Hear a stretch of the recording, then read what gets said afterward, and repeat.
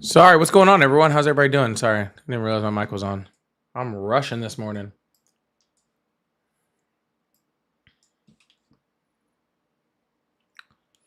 I'm moving this morning. It's freaking, I'm behind. That's okay. We're going to calm down and we're going to get this thing going and get some coffee in us, huh? Get this thing started. That's what I'm talking about.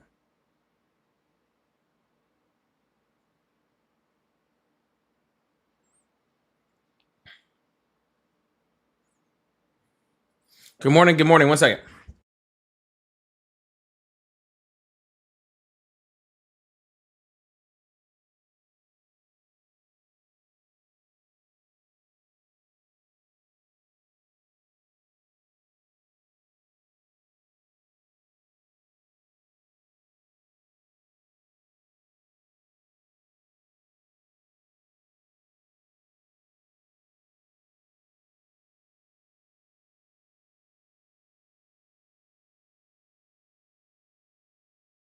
All right, now I'm here. Good morning. Good morning. Good morning. I feel weird without a hat this morning. I also feel weird without a beard this morning. It's throwing me off. I look funny.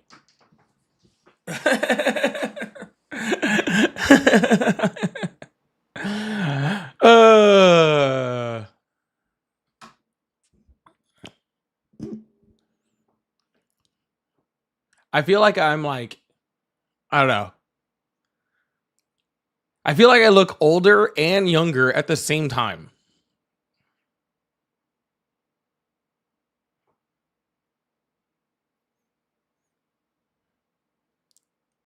I feel like I look older and younger at the same time.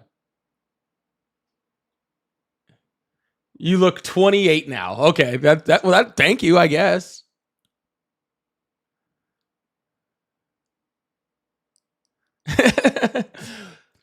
It wasn't intentional.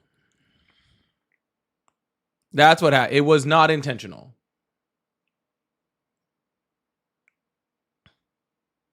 It was definitely I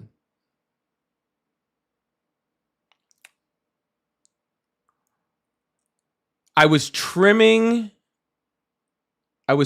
my beard. Well, I was trimming my mustache. And I kind of went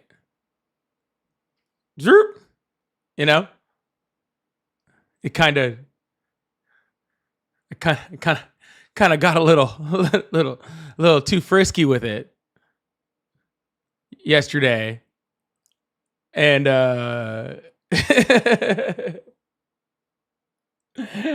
and yeah, so it all had to go. It all had to go.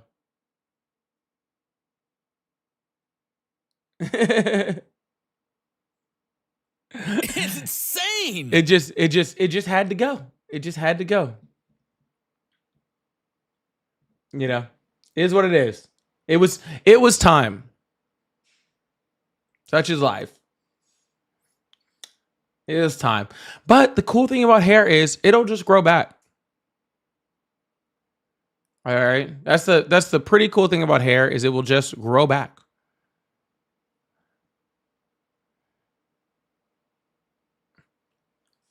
Yeah, exactly, Adriana. It'll be back in no time.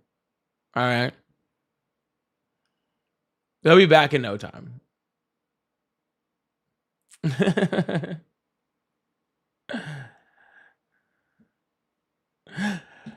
It'll be back in no time. Veronica, well, if you were listening, you would have heard that I didn't have a choice. Okay? It wasn't, I didn't just wake up yesterday and go, I'm going to chop all this thing up. That's not how that went. I liked having my beard. I will say, though, I will say, it is kind of growing on me. Like, I mean, it's, well, I mean, like, not just literally, you know what I'm saying? It is kind of growing on me. Because because it kind of has that salt and pepper look to it. You know what I'm saying? It's kind of getting the salt and pepper look to it, which I don't mind. Ari's not sure how to feel. Ari's not sure how to feel right now about it. Hold on, she's yelling something at me. What'd you say?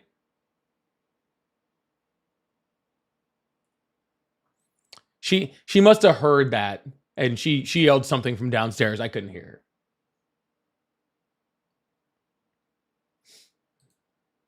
But so she's never known me with this little facial hair.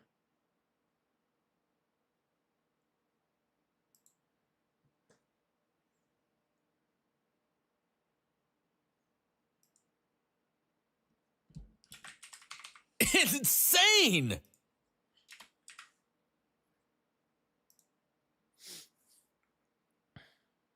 She's never known me with this little. This is, yeah. I haven't had this little in almost 4 years.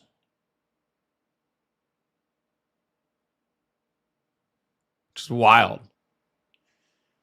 Oh my God, what a great morning. We're already starting off. Alan with becoming a member this morning. What a great start to the day. Let's get W's in the chat for Alan for being part of the team. I appreciate that. Speaking of people that are part of the team, make sure you guys join the Discord and play bingo, because we're playing bingo this morning. Thank you, Tati. I appreciate that.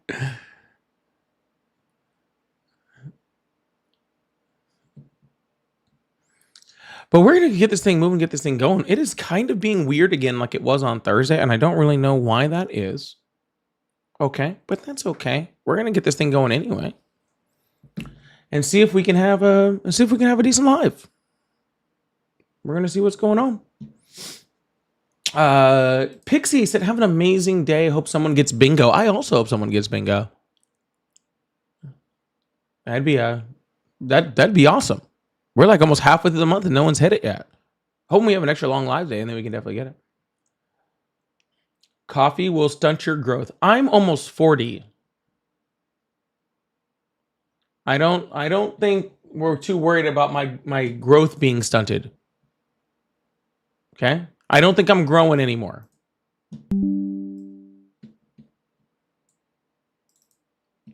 All right. And honestly, at this point, like, it would just make my clothes not fit well. So I think I'd prefer it just stayed that way. Yeah. Velvet said, do you like fried chicken? Yes, I like fried chicken because fried chicken is delicious and everybody loves fried chicken. You ever been to Korea? Go to South Korea. They have really good fried chicken. Who doesn't like fried chicken? Do you not like fried chicken? You're weird. You're very strange. Okay. That's very, very strange. And Velvet, he also wants to know thoughts on Charlie Kirk. Well, I did do a whole thing on Charlie Kirk on Wednesday, like right after it happened. I have had some different thoughts on it since then, though. So I don't know. Maybe I'll share. My thoughts have kind of evolved a bit since Wednesday. So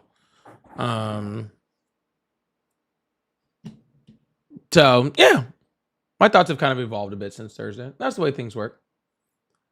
Whoever that person who just said I celebrated on Wednesday, first of all, just let you know, I obviously didn't. And if you, obviously these are all recorded, so you can see that I don't.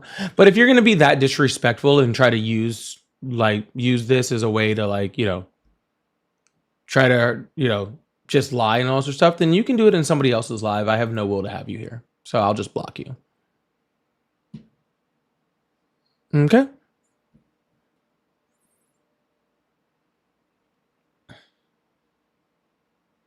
Yeah, we're not going to do that here, okay?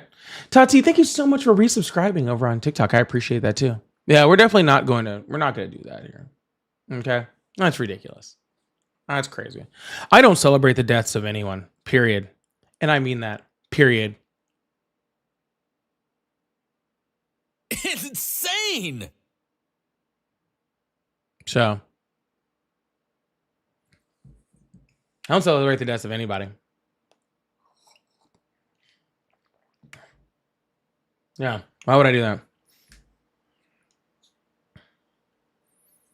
No, did I say it was kind of ironic? Yeah, I did. Velvet says, I'm weird. Fried chicken is nasty. Oh, well, you are weird. That is correct. I 100% agree with you. You are weird if you think fried chicken is nasty.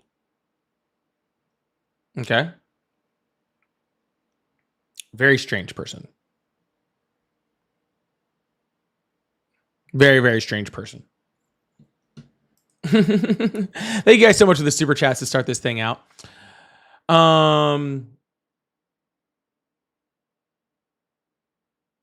Guys, why are you guys so like? Why are you guys trying to make this a thing about the Charlie Kirk thing? Okay, truly, I don't know why you're trying to make it such a thing. I said this. I said this before. Okay, and I'll say it again. I said this before, and I'll say it again. People die from gun violence in this country every single day.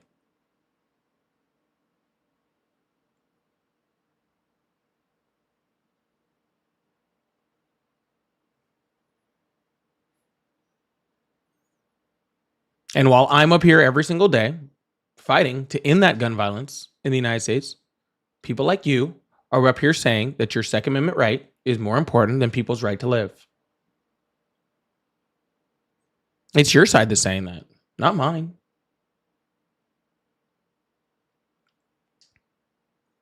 Your side is the side that's saying that your right to guns is more important than people's rights to live. Your side is saying that, not mine. I don't believe that my right to own a gun whatsoever is more important than someone's right to live. It's insane. So I'm not gonna, you know, I'm not in any way saying that it was right, because it's not right. What that person did was not right. Sorry. What that person did was not right in any way, shape, or form. Okay.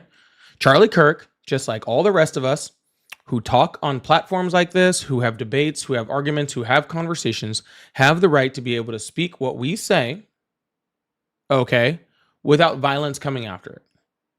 Okay. And that goes for me and anybody that I debate, anybody I argue with, any of that stuff, right?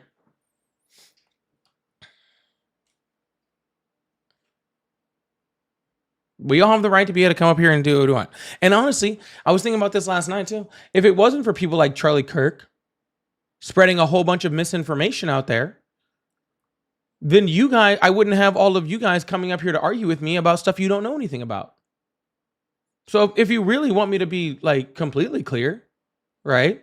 He's helped me create this platform. Right? He helped me create this platform.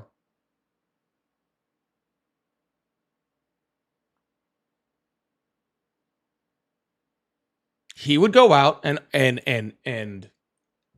he would go out to colleges, and I mean, he'd get dog walked by undergrads, right? But he would go out and he would open up conversation and debate. And I think, and this is me personally, okay? Okay?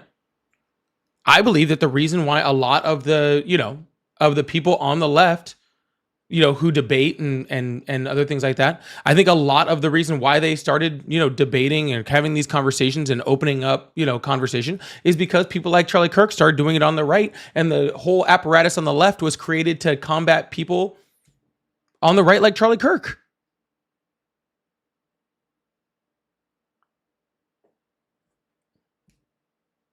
Right? If it wasn't for his side, people like him opening up conversation on the right, then there wouldn't be people on the left like me to open up the conversation on the left. Because I still do believe that dialogue and having dialogue with people you disagree with And having that open dialogue is what fixes problems. Violence doesn't fix problems, right? Conversation fixes problems. All right? Conversation fixes problems. That's why I do some stuff like this is conversation. Okay? But it's all of the people right now, truthfully, on the right now, it is all the people that are sitting there blaming the left before they even knew who the person was. Okay?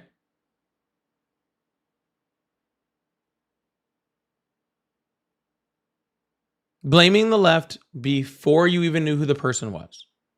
You guys are the ones that are spreading hate.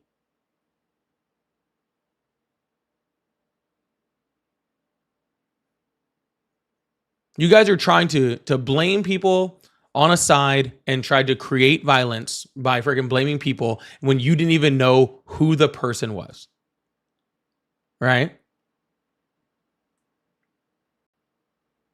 Oh, and then it comes out that the killer is not only not a Democrat, he's not associated with any party whatsoever.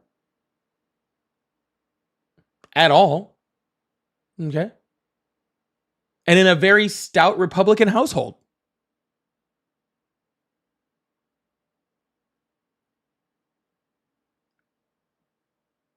Oh, also he's repeating rhetoric from people like Nick Fuentes, who Donald Trump had at the White House like last year.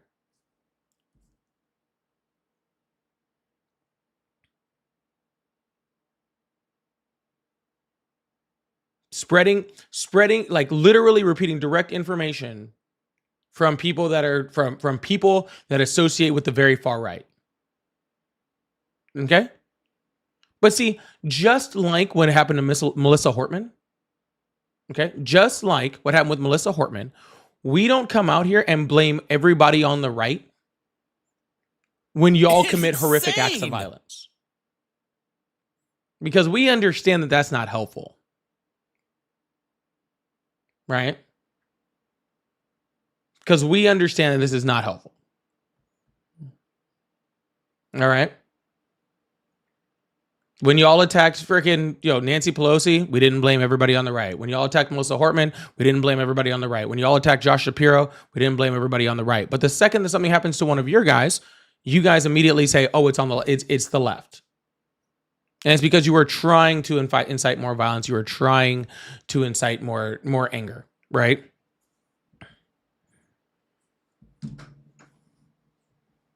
How about we just end political violence from any side?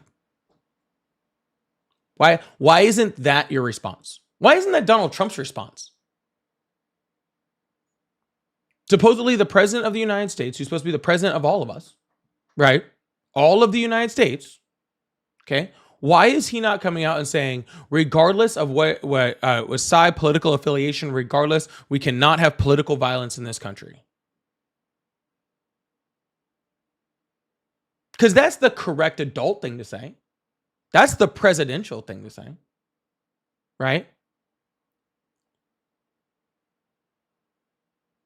We need to end all political violence, period. Again, that's what the left said. When someone on the right went and freaking attacked, Democratic legislatures in their home in Minnesota, that's what we said. End all political violence. We didn't say the right is trying to, the right is a domestic terrorist group. We said end all political violence. Y'all didn't care. Oh, well, it's a mental health issue. That's what I was told. It's a mental health issue. That's what I got told.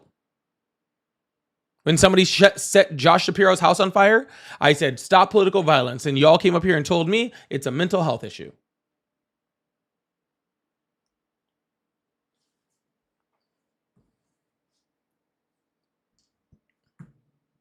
That's what y'all told me.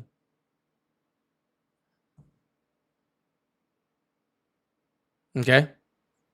But when it happens the other way around, it's no longer a mental health issue. It's not a singular person. It's not a mental health epidemic in this country. Now, all of a sudden, it's the entire left. And then again, like I said, we already found out the guy wasn't a Democrat. Crazy.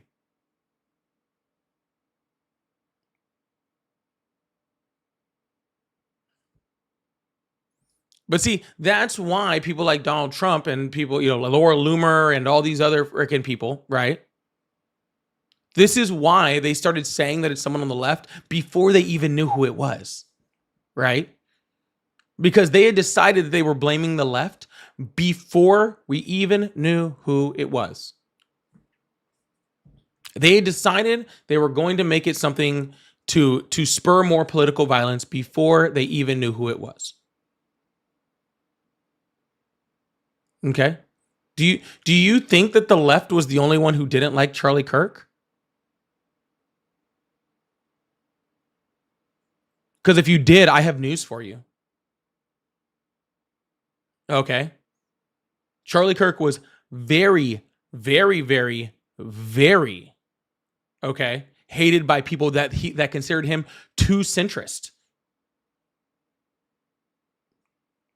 The far right very, very much did not like Charlie Kirk. All right. They very, very much did not like him. Okay. I'm telling you, look up the Groypers, look up Nick Fuentes. See what they had to say about Charlie Kirk. Look at it. Look it up.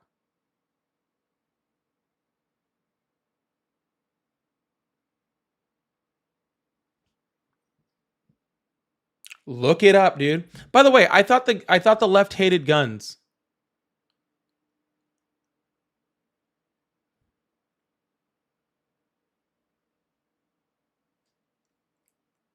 What happened to that?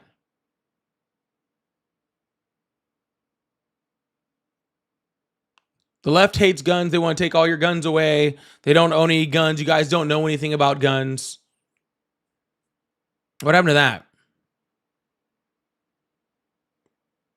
And literally, and this is the one that I really got. This is how I knew it probably wasn't someone on the left to begin with. Like truly, honestly, this is how I really knew like it wasn't really someone on the left.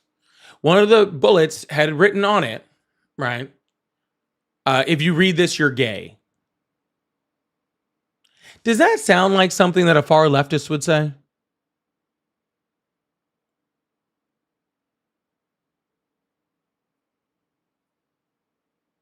Is the left real big on using gay as an insult?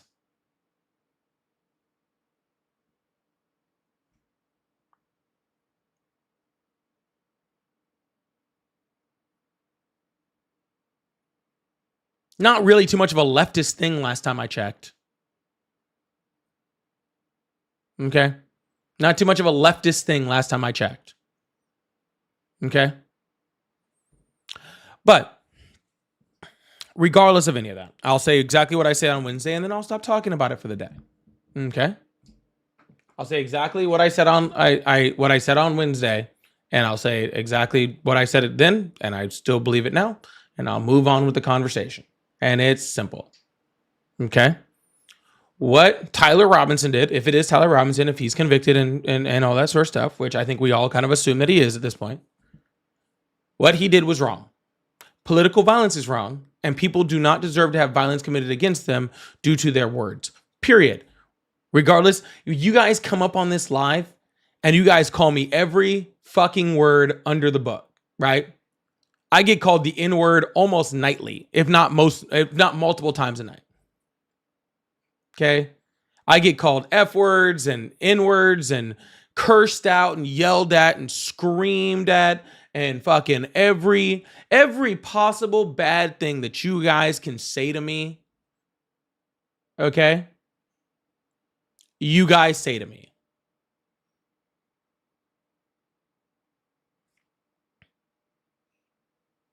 And I believe that you have the right to do it. Not only do I believe you have the right to do it, okay, I open up my platform to make sure that you can do it. All right? I open up my platform to allow you to come up and say whatever you want. Okay? Within reason, as long as we keep the live moving and, you're not going to get me taken down, right? Within reason, right? Because People need to be able to speak without the threat of violence. Okay? You, me, left, right, center, whatever. Fuck it. Freaking Mindy on Jubilee had a fucking fascist up there. And they still let him up there. You know?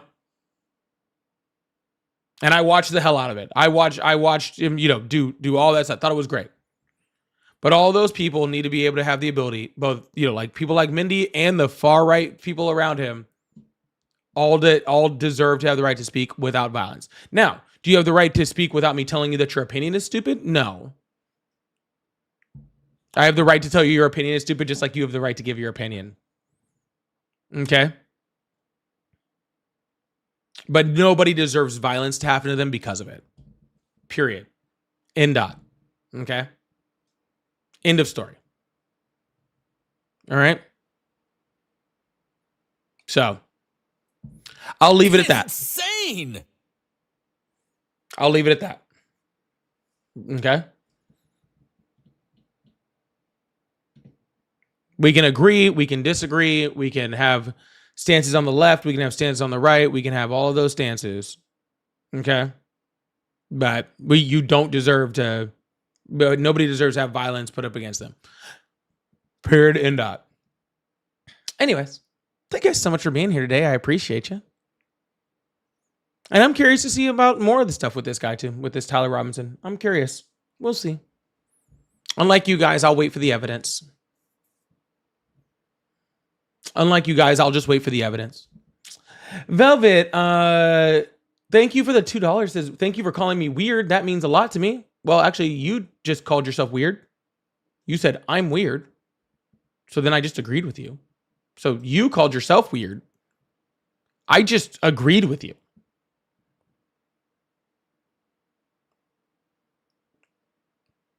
Okay. And Kez says, harder to get a driver's license than buy a gun. And? The fuck is that supposed to mean to me?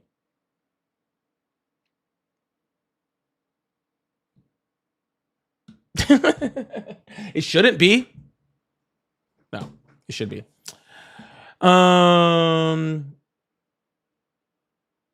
Yeah, it depends on where you're at. I mean, that's a pretty subjective statement, to be completely honest. It just depends on where you live and what your qualifications are. And anyways, oh well. But thank you, Kez. I appreciate that. Harder to get a driver's license than buy a gun. Yeah, it shouldn't be. That's crazy. Actually, it's probably about equal. They can both kill people a lot. Velvet says, sorry, what was your stance on Charlie Kirk again? I had to step out and get ready for work. Well, if you would like to hear my stance on Charlie Kirk, Velvet, the good thing for you is that all of these are recorded on YouTube and you can go back and look. All right, we're gonna keep this thing going. We're gonna move on with the live. I really appreciate you guys. Thank you so much. We're gonna see if we can pull up a guest or two and get this thing going.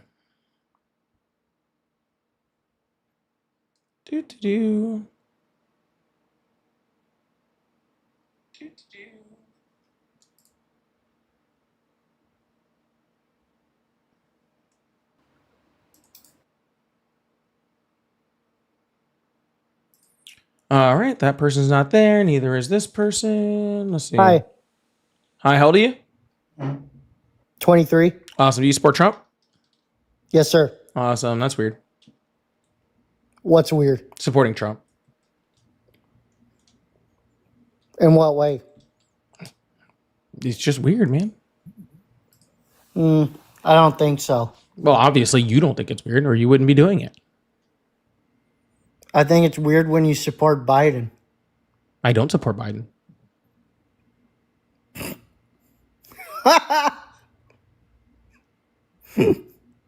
You know how funny you are? I'm very funny, actually. Yeah. Yeah, you're a joke. I'm actually fucking you're hilarious. A joke. All right. Well, sir, it is way You're a joke of the left. This is way too early in the morning, okay, for you to be crashing out. Okay.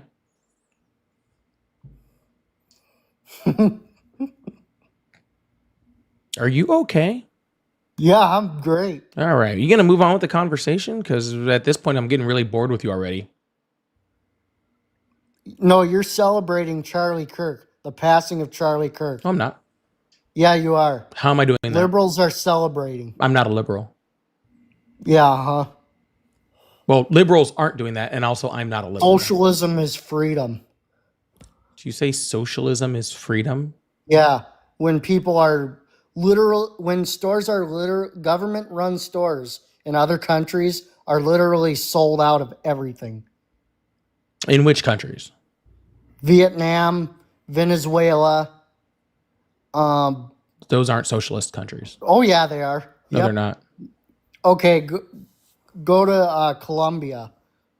Go to Colombia? Yeah, Like, or Venezuela, where they got that Nicolas Maduro. what about him? He's just like Joe Biden. Saying that Nicolas Maduro is like Joe Biden, Yep. it might be Yep. one of the dumbest things I've ever heard. Yeah. Oh, you're dumb too. Okay. Because you have the ideology of a liberal. But you And say what you're is the not ideology liberal. of a liberal? Oh, I hate conservative values. Republicans suck. You do realize Yeah. that being a liberal has the values of being a liberal have nothing to do with anything on the right. Yeah. It's all hate. No, because you can be a liberal and be on the insane. be on the liberal You're side of things. insane. Yeah, so I disagree with liberals.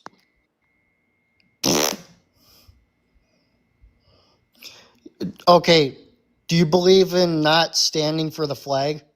I believe that in this country we have the First Amendment, so standing or not standing, you have the right to do so. Do you believe that burning the flag is legal? Well, I don't believe that. That is legal. Yeah. According to the Supreme Court. It's a protected First Amendment right. Yep. Yeah, but then you can be arrested for it. No, you can't. Yeah. Yeah, you can. Under what law? And you can be charged with a felony. What felony? Destruction of the flag. Destruction That's of the actually a flag. new Yeah, flag. that's That's not a new rule that that's not a law. got enacted. Oh, Yep. okay. When was that enacted? 2016. 2016. All right. What was the name of the law? Look it up. I have, sir, and I know you're wrong. That's why I'm asking for you to correct me. No, I'm not. All You're right, wrong. then what's the name You're of it? just like that stupid, shitty Parker. Like that stupid, shitty Parker? Yeah. Do I look like Parker to you? Oh, you act like him.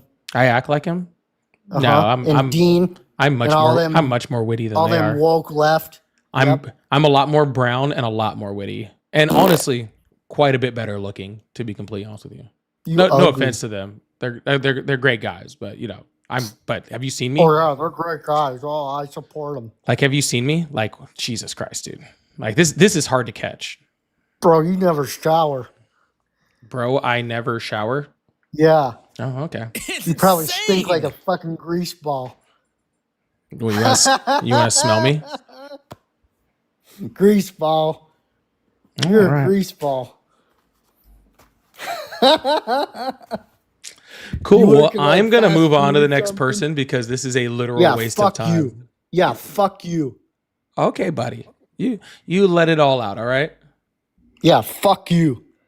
All right. Fucking Cool. pussy. All right, buddy. Wow. Can you imagine just waking up in the morning and just being that fucking like angry? Yeah, I'm also twice the age of Dean and Parker, I'm pretty sure. So like that's very strange. They're cool guys, though. I've talked to both of them before. They're cool guys. They're cool guys. I actually shot Dean a message this morning. We'll see if he sees it or not. I wanted to say hi. Anyways, debates with Matt. Hey, what's going on, Matt? How you doing, brother? I said this guest is a special kind of dumb. Yes, he is. Very much so. I don't want to start my day with that. That's very weird. Thanks, Matt. Make sure you guys follow Matt. Matt's a really cool guy. Does really great debates and stuff too. So really good stuff. And Cheeky says, when George Floyd died, the left rioted and burned cities. When Charlie died, all the right did was hold vigils and mourn his death. Well, the reason why the left went crazy about George Floyd is because the government did it. Yeah. But you see how nobody rioted or burned cities when Josh Shapiro's house got burned down or when Melissa Hortman was killed? Yeah, that's because it wasn't the government that did it. Yeah. So you have this weird little like misunderstanding. Okay. It had nothing to do with it had less to do with the person dying and more to do with the people that were doing it. Okay. It had to do with police violence. They were rioting against police violence. Okay. All right. Not against somebody dying. They were rioting against police violence. Okay. Have an understanding of what you're talking about before you speak. All right. Anyways, we're going to move on to the next caller. I really appreciate you guys. Thank you guys so much for being here today. If you guys would like to support the live, I do have super chats you guys have seen throwing up. I also have my live gift goal. Also, I do have Cash App, Venmo, PayPal. I have all my pay links in my link tree in my bio. So if you'd like to support that way, that is a great way to support also. Thank you so much. All right. These phone lines are open and we're going to keep doing this. So I really appreciate you guys. Oh, I put this in the wrong spot. Hello. How are you? Hey, what's up? Hi. How old are you? I'm 15. I just had just a question. Sorry, man. You have to be at least 18 or older to call in on the live. I do appreciate you, though.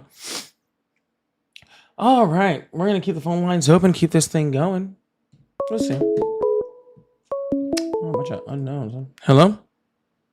Hey, how's it going? It's going well. How about yourself? Oh, not too bad. Awesome. How old are you? I am a Trump voter. Awesome. That last guy. How old are you? I apologize. But I guess my Sir, question for you last is- time I'm asking you, how old are you? Oh, I'm sorry. I couldn't. It kept cutting out. I'm 29. Awesome. Now continue, please. Thank you. I guess the reason why I tend to lean to the right is when it comes to most discussions, say abortion, gun control, and stuff like that. From the left, it seems to be a lot more of emotional intelligence rather than actual logical reasoning. For example, gun control. You have 380 million guns in the United States. How would you implement gun control? How would you? Well, which gun control? Well, okay. So, what gun control, in your opinion, would prevent, say, the shooting of Charlie Kirk? Yeah, sir. That like hold like like sir. Like I think that's kind of like you're using mass as like a qualifier for being able to implement rules and laws, right? Yeah, like, that's like typically like, how things work. No, like how many cars are there in America? Well, right, and then we realized, wow, a lot of people die because it's not air-based statistically, so we put in air-based to save more people. Right, but we also made things like seatbelt laws and speed limits, right? Correct, but we didn't ban cars. I didn't say no one's saying we should ban guns. I asked you what control. I asked you what gun control measure. I didn't say anything about banning guns. No, that's right. And I didn't okay, say so you let me. were. So how about you listen? Okay, so we implemented things like speed limits and seatbelts, right? Well, how can we enforce that with all the hundreds of millions of cars on the road in the United States? Sure, I'll give you an example. It differs with guns because the mental health screening you have to go through, that's great when you're purchasing the gun in real time.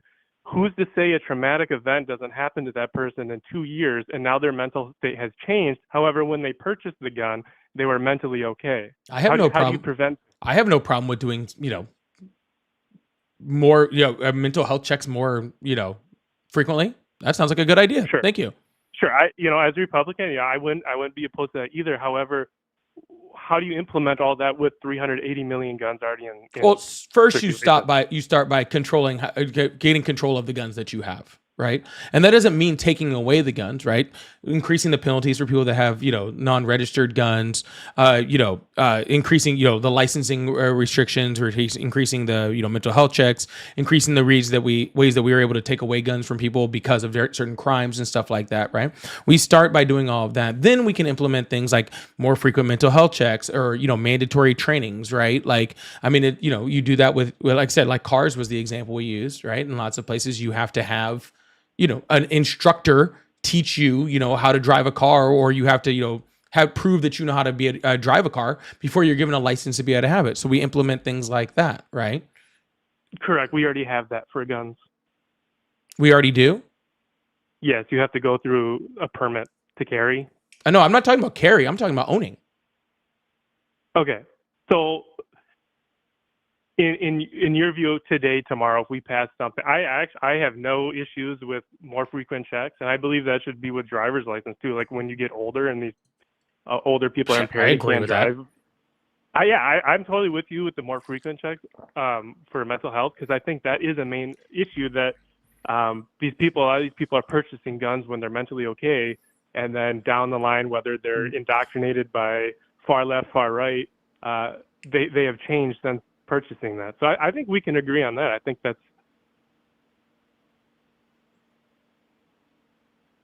Hello? hello. Oh, sound like you cut out there. Sorry. But sir, it's not a matter of just this one certain circumstance was somebody that was obviously radicalized. Okay. And I don't know, I honestly can't tell you even which way he was radicalized. Okay. Like truly, I can't. But he was radicalized in some way, shape, or form. All right. But this is an anomaly. Right? I'm not talking about this one thing, right? People die of gun deaths every single day. Right? Every single day in the United States, we have the largest level, not only just of mass number, but also per capita of gun violence in the United States in this country. Right? Yes. So we need to control the whole situation, not the anomaly. Right? So my argument to that would, you think that most gun violence comes from where? What do you mean? Gangs, inner city shooting. You think all of those weapons are purchased legally? Of course they're not purchased legally. You know where the people that get So, do you know where those people get guns from though? The ones already in circulation? They get them from people. You usually steal them from people that did buy them legally. Right? That's correct. That's so how does the gun control law prevent any of that? because you can control how people have guns and whether and how many guns that they have, or what the way in which they keep guns and all that sort of stuff to limit their ability to be stolen. Right. And if they are stolen, now they're more easily trackable. Now they're more easily, like that, there's better ways to get to the bottom of where that gun went. If you have, things in the right place. Right. People aren't generally stealing guns from people that, that have them in giant gun safes that you can't move and have, 5 different freaking combos on it or whatever. Like they're freaking breaking into, the Fed. Right? They're stealing it. It's kids stealing them from their parents, or people stealing them out of dresser drawers or stuff like that. You know what I'm saying? Yep. I'm with you on that, but I guess this ties into other Republican views of, so you guys on the left would want those implementations. However, at the same time, you're advocating for illegal immigration, which we would have absolutely no idea what kind of nobody on the left has advocated for illegal immigration. Is that right? Yes. Really? Correct. So Joe Biden, we detained 160 people on the international terrorist watch list. Correct. Who had come over here over the last we detained them under the Biden administration. They had come over the last 3 decades. Sure. So what you're saying is the Biden administration was stronger against that thing than anybody else. No, I'm saying that they saw those statistics and we detained those people, yet it wasn't common sense to, holy shit, we need to close down this border. Sure, it's not a matter of closing down the border. I think you have a misunderstanding of what an open border is, what a closed border is, what the policy was under the Biden administration. I think you have a whole misunderstanding of that entire situation. Sure. Okay. Explain. Well, sure. First of all, when the first immigration bill that the Biden administration tried to push was? Mm-hmm. When was it? Well, it had been, 2020? It was 6 days after he got in office. Sure. 6 days after he got in office, Biden understood that the border was an issue and that we needed to fix the border. 6 days. Okay. Which means that before he even got into office, they already knew that it was a problem and that they had already written legislation to help fix it. Right? Sure. Right. So this whole we're bringing in all the immigrants. No, that first border bill would have significantly reduced our immigration 6 days after Biden took office, but the Republicans shot it down. Okay. So then how did Trump do it with executive orders? Why couldn't Biden do it executive orders? Well, because executive orders don't really fix the problem. They just Band-Aid fix the problem. Really? So you think illegal immigration is we have more illegal immigrants coming over the border currently than we did at the beginning of Joe Biden. I have no idea how many immigrants we have coming over the border right now. Undocumented immigrants we have coming over the border. It's all on the gov. No, website. it's not. You can. No, Yes, it is. no. What's yearly on? audit. Yeah, sir. We get yearly audits, and we're still in this year. So therefore, we haven't gotten a yearly audit this year, which is why I don't know the numbers. And even once you get the yearly audit, it's a projection. Now, do I think less people are coming to the border now? Yeah, I 100% do. But I also think that has why lots. Is that? Well, multiple reasons. One, the reason why so many people were coming to the border under the Biden administration was because of the destabilization of the Northern Triangle, and the Northern Triangle is not destabilized as much anymore. So that's the first reason. So it has nothing to do with the new administration coming in and going, if you come in here, you're gone and you'll never be able to become a citizen after. It has nothing to do Let me ask you a question. Okay. Sure. Do you think Trump did a good job on immigration in his first term? Regarding what kind of immigration? Whatever you're talking about. Well, there's two types of immigration, legal or illegal. Sure. Whatever. Pick one. Pick both. I don't care. Illegal immigration, yes. Okay. You do realize by the time Biden left office, the number of border encounters at the southern border were lower than the average under Donald Trump's first term? Could you please post that in the chat, the statistics? Because everything I see on the Gov website does not say that. Yeah, you can post. You find that on cbp.org or gov or whatever. Yeah, it's on there. Sure. Could you post it in the chat for your views? I don't post things in my chat. I'm sure one of my mods can pull it up. Okay, I can pull it up. I can pull it up and put it on the screen if you really need to, but you won't be able to see sure. that. Yeah, but you can pull that up whenever. Okay. Under the end of the Biden administration, after they had put in executive action, the number of border encounters at the end of Biden's term for the last 6 months, maybe almost a year, were actually less than they were under Donald Trump's first term. All right. Because literally, Trump was not good with freaking immigration in his first term. All right. That is why, and you can look up this video later too. All right. Where Donald Trump is saying immigration is out of control. Okay. I need Congress to pass legislation in order to fix the border. Okay. He didn't, though. Trump didn't have to do that. Hold on. Sir. If he didn't have to do that, then why did he beg for it?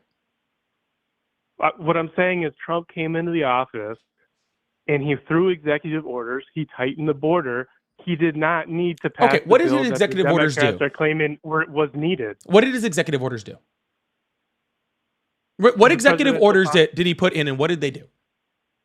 Sure, he increased the border control budget and replaced more border control agents at the border. Wrong.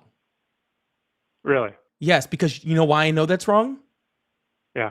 Because you can't do that through executive order. Really? Correct. So what was it that Trump did that significantly closed the border? Yeah, pretty much what Donald Trump did was just stop any type of entry through legal ports of entry. Okay? And not just undocumented immigrant, so any type of entry. He enforced the law. No, he actually stopped enforcing the law. Really? Yeah, because the law says that people are allowed to seek asylum in this country, and Donald Trump stopped that. But seeking asylum from a poor country isn't asylum. Seeking asylum is from war-torn countries. Those are not the same. Not just war-torn countries. No, that's not what our law says. But poor countries also isn't what the law says. And it doesn't matter what either of those things says, because Donald Trump didn't allow anyone to come in and even say why they were seeking asylum. So we have no over the border, sir, to Mexico. Sir, listen. Donald Trump didn't allow anyone to even say why they were seeking asylum. So why are you making an argument about the reason in which they were trying to seek asylum when Donald Trump didn't allow anyone to come in and to even ask him the question? Why does he have to? He doesn't have to, sir. He does not have to. You are very much correct. He does not have to. The president has the right, okay, to shut down all asylum cases in the United States. He has 100% right and able to do that. But that is not stopping undocumented migrants. So what did Donald Trump do to actually stop undocumented migrants? Like I said, there's far more Border Patrol agents down along Texas and Incorrect, California. sir. Incorrect. Look at the Show me, sir. Who is allowed to appropriate money in this country? Congress. Congress. Okay. And in order to get more Border Patrol agents, what do you need? The big beautiful bill? No. For What do you need, sir? You need support, majority support. You need money. You need money. If you're going to hire more people, okay, you need money. That's why okay, the bill, sir, no, stop. we passed bills. No, sir, we're not talking about the big beautiful bill. You said Donald Trump did it with which executive. increased Listen. Well, You said you're not that Donald using Trump did logic. it. You said Okay, you need well, more sir, if you're money. not going How to do you listen, get then I'll more move on to money? somebody that's willing to have a passed conversation. bills. We passed a bill to get more money. Yes, Have a sir. great Okay, day, man. cool. Take Maybe care. you can't keep up with your own argument. So let me fill you in on your own argument. Okay? How do you get more money? Listen. Okay? I said that Biden tried to pass legislation in order to get more money for new border patrol agents for, increased border protection. And you said, why didn't he just do it with executive order? And I said, what did Donald Trump do with executive order? And you said he added more border patrol agents, which I showed you is false. And now you're saying that he passed a bill. Correct. He did pass the bill. Okay. Which means that he didn't do that through executive order. Okay. So what did you expect Biden to do through executive order? You think there's no clause that allows for emergency situations that Congress can allow other things to pass? I don't know. That wasn't even a coherent sentence. Correct. So during COVID, correct. Where you are did all correct. this Yeah. funding come to you are implement correct. these emergency conditions? What? During COVID, we had a huge change of funding in this country because of emergency conditions. Yeah. Where did that money come from? American taxpayers. Correct. But how? Through appropriations from Congress. Correct. Did they need a bill to do that? Yes. They did not. They did. Which bill? I don't know what you're talking about. You just said for COVID, and I don't know what you're talking about. So I can't tell you which bill, okay? I can't tell you which bill unless you're going to tell me exactly what money. What are you talking about? All the PPA to hospitals, everything. American Rescue Plan? Yes, those emergency bills. The American Rescue Plan. In no way can Congress pass things that to do with emergencies, national securities. Yes, they can. Sure.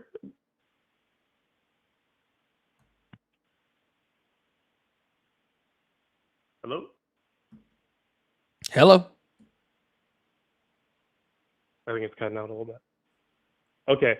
So I guess from a Republican standpoint, when it comes to immigration, why is it that the United States is deemed responsible for all these people, yet if I were to walk into Mexico and demand government assistance, that would never fly? So now we're not even talking about immigration anymore. You're talking about government assistance. No, I'm talking about immigration flipped, right? We're expected as taxpayers to pay for many of the services, Medicaid. Sure, I'm not arguing that we needed to bring in every asylum seeker. I'm not arguing that at all. Okay. But most are not even asylum seekers. We don't even know where actually they are. The majority of them are asylum seekers, and almost every single one that wasn't asylum seekers, well, every single one that we caught that wasn't an asylum seeker or illegal was deported. Yeah. That is not true. It is true. How many people immigration are people who came over into this country and overstayed their visas? That was correct for the long time. That is not asylum seeking. That is not asylum seeking. So how can you just ignore that? Because that wasn't the leading cause of immigration in the early Biden administration. Traditionally, listen. Traditionally, yes, the majority of undocumented immigrants in the country. Okay. No, you're doing a lot of just like trying to get your words out. I don't know why, because I'm not cutting you off and I'm allowing you to talk. Okay. But what you're not doing a lot of is listening. Okay. I literally have not spoken for 30 seconds. Okay. So traditionally, overstaying your visa was the largest form of undocumented immigrants in this country. Okay. And it still is a large part of it. Okay. But asylum seeking is something very different. And the number of asylum seekers during at least the early part of the Biden administration was higher than the number of people that were overstaying their visas. And again, those are two different people, because asylum seekers are legally here and people that overstay their visas are not. And you don't think that system's being abused at all? What system? That they're claiming to be asylum seekers when they're not? Of course not. Really? Actually, not only is it not being abused, but it's actually one of the hardest ways to get into this country. So, as someone who is married to a legal immigrant who went through and had to get all her papers, whose family is down in Mexico. Sir, you don't need to qualify it. Okay, I don't care. Just get to your point. What I'm saying is there's a huge part of this country, especially Mexican immigrants, that don't agree with this at all. Agree with what? That you're not allowed to sneak into a country and then claim you're seeking asylum because of where you're coming from. And the only reason liberals are so feel this way towards Mexico is because they border us.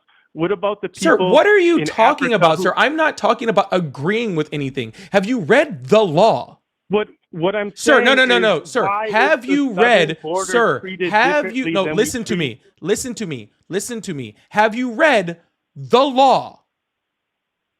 Yes. Okay. What does the law say? For what law are you referring to? The asylum seeking law.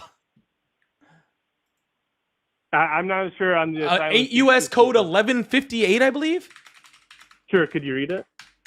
I could, but I'm not going to. I'll put it up on the screen so everybody else can read it. I'm asking you if you've read the law. We're not having an argument about whether I agree with the statement or not. Whether I agree with the law. We're having an argument about what the law is. Okay? You didn't ask me what I felt about it. Okay? Okay, what do you feel about it? I feel that our asylum law is very, very weak in this country. I feel that we need stronger asylum laws. I feel that we also need, better, have the ability to have a more strict ability for our border patrol agents to actually be able to decide whether somebody has more of a valid claim to asylum in this country, and actually have strict regulations to be able to say, hey, these are the qualifications for asylum, because right now it's way too subjective, right?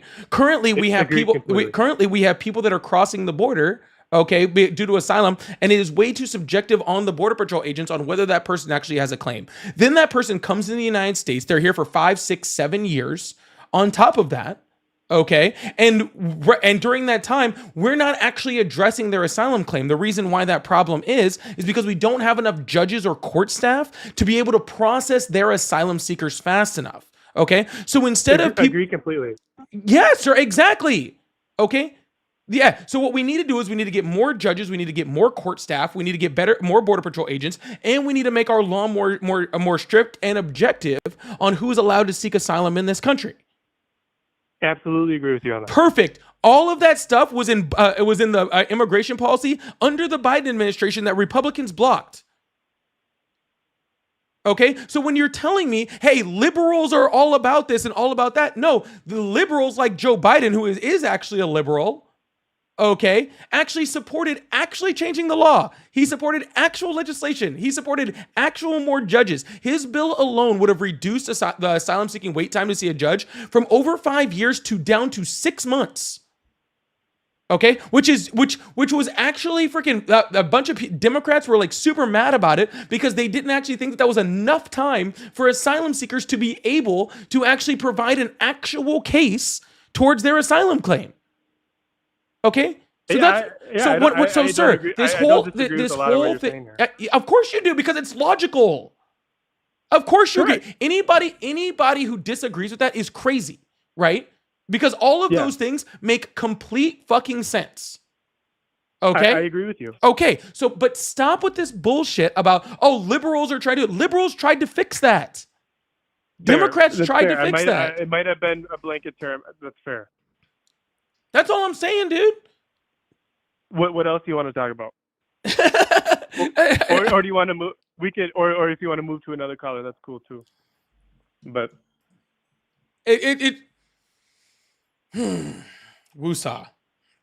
Anyways, what I'm saying is, if you actually look traditionally within our history, okay, when you actually look traditionally within our history, all right, who has actually been more pro-immigration and who has been more anti-immigration? And I'll just let you know, okay? Democrats Well, as a what- whole have or not Democrats, liberals, people on the left as a whole have been more anti-immigration, okay? And people on the right have been more pro-immigration. Okay? Now, can we just clarify legal immigration? No. I don't mean that at all. Okay, so People on the that, right have actually traditionally been more pro-immigration of all sorts. And the reason that is because the right has tended to been more pro-business, and pro-business wants cheap labor, and immigrants provide cheap labor.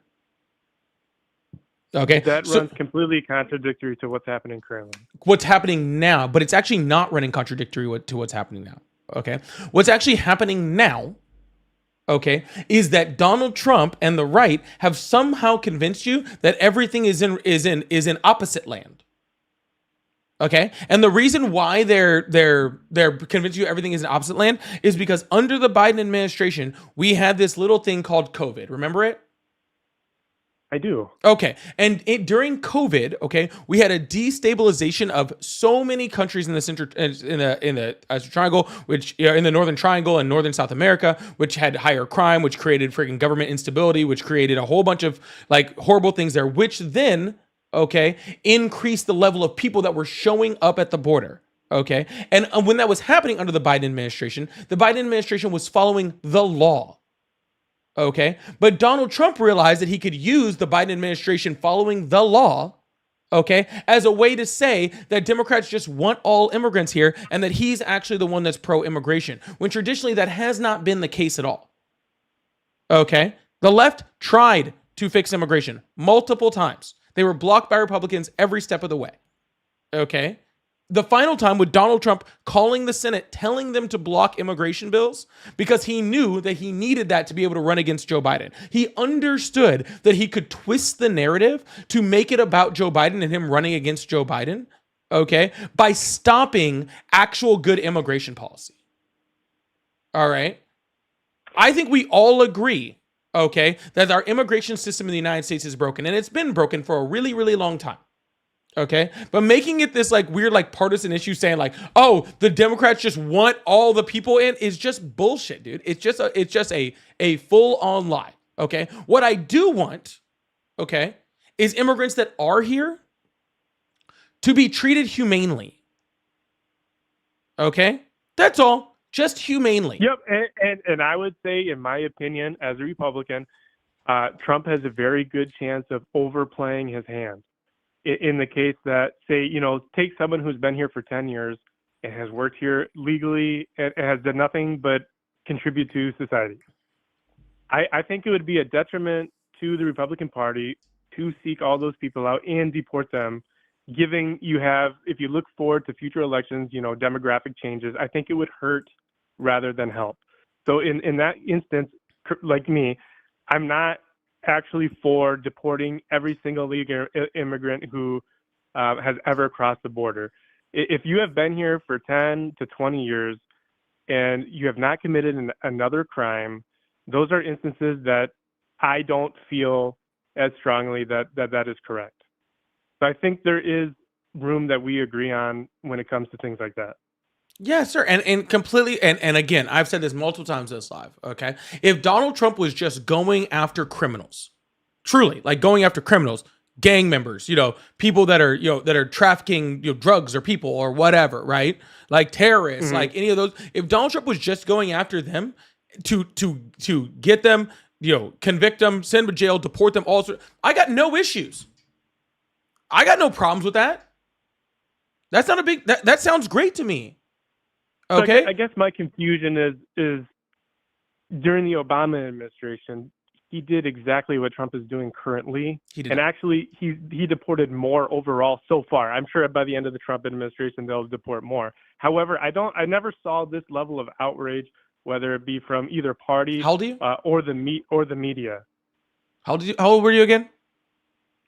29. 29. Okay. So Obama, you were in high school when Obama was president. Yes, correct. Okay, cool. You weren't listening. Okay, and no offense, I don't expect you to be listening because you were in high school, middle school, whatever you were in. So okay, you think the way the media portrays hold on, sir. Before we move on, hold on, dude. Chill. I can Okay. speak as well. What sir. I was saying was, okay, you weren't listening by saying this, okay? The left was furious at Obama. Okay? The left lost their whole mind at Obama. The left came down on that was the one thing, okay, that Obama freaking like got wrecked on by the left. Okay, was his immigration policies. And yes, the left does really like Obama. I like Obama. You know what I'm saying? I do. I think he had a lot of really great domestic policies. But Donald Trump wasn't freaking, Obama wasn't sending people to a foreign terrorist prisons or trying to support, deport people to war-torn countries in Africa from South America. He wasn't, sending not non-freaking people not wearing badges or uniforms to freaking break down into people's houses to try to rip people out of their houses. He wasn't doing that. Right? But he did deport a lot of people, and he did do some things that I very much don't agree with. I know we talk about the kids in cages and all that sort of stuff and stuff like that, right? Yeah. Yeah, Yep. horrible stuff. But the difference is that when Obama did that, the left was very open and adamant that he was wrong and attacked him for it. Okay? That's what I don't understand. Okay? When Obama, who I said I like Obama, right? When he does something wrong, I had no problem, and the left had no problem coming down and being angry with him about him and fighting against him for doing that. Where's that same stuff from the right? Why is the right not freaking adamant, okay, about going against what Donald Trump is doing if you guys think that it's wrong? I am not against deporting illegal immigrants. Sir, if that's what you thought I said there, then I don't know. Well, I mean, what are you?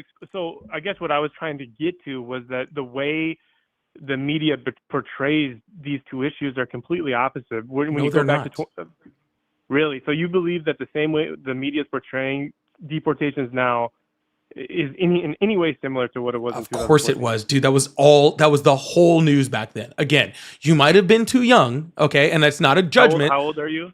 I'm 38. Yeah. Yeah. So I was very grown all the way through Obama's administration. Okay. So very, very grown. All right. I just didn't see the riots, the protests. There was protests. There was protests. Of course there was protests. To this scale. To this scale? Well, sir, it's not just again, sir, there is a big difference. You're saying Obama deported a lot of people.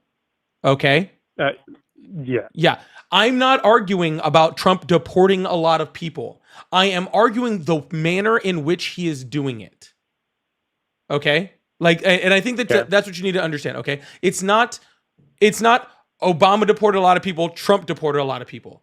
It's how they're deporting people. Can I raise one question to you? You said it yourself. Sure. The kids in cages, correct? Yeah. That was never reported accurately during the Obama. They actually waited until the Trump turn to bring that out. Yes, it was. Yes, it fucking was. I remember it. I remember, sir. I'm sorry. You're not gonna tell me that something didn't exist that I watched happen. So you're saying in no way the media during the election of 2016 that was used they said sir, Trump had done that. Sir, and you said you're 28? Yeah. Okay, gotcha. So it's 2025. Okay. So you turned 18 towards the end of Obama's administration. Okay. Dude, I had to hear huh? What age isn't a dictation of how much someone pays attention to age is a dictation for this one. I'm sorry it is. Okay. For how much someone pays attention into politics? No, because you're telling me the way the media reported something at a time that you weren't paying attention. Okay. The media, everything is video and digital. It's on. You can find it anywhere. 2 months. I heard about the horrific Obama scandal. Okay. The worst thing that a president has ever done. Okay. Just the absolute where Obama was such a horrible person, didn't deserve to be president. You know what that was about? Him wearing a tan suit. What does that have anything to do with what we're because talking about right every single thing that Obama did, every single thing, every time he stepped wrong, sneezed wrong, stubbed his toe, freaking stuttered during a word, the media was all over Obama for months and months and months and months and months and months and months and months and months. So if you're So you going to can tell me, kinda- sir, that I had to hear for months about Obama wearing a tan suit and how horrible he was, but yet the media wasn't covering him putting kids in cages, then I don't know what world you think we're living in. Well, I think there's a stark difference between criticizing someone's suit and then constantly calling another base and party fascist Nazi. I think that's completely different in how those two things are being used today. Yeah, Calling because someone's It's suit ugly. insane. because no one in the Obama administration or the Bush administration or the Reagan administration or the Clinton administration acted like a fascist. Well, you can argue that, but I'm talking about the media specifically, the portrayal, Sir, and sir, how it's radicalizing both sides. Sir, you're right. It is being radicalized on both sides. Okay, you are So- correct. Things are being radicalized on both sides. All right, but the media is a part of that. You are correct. The media is a part of that. All right, but the media is not the only part of it. Our president also does that.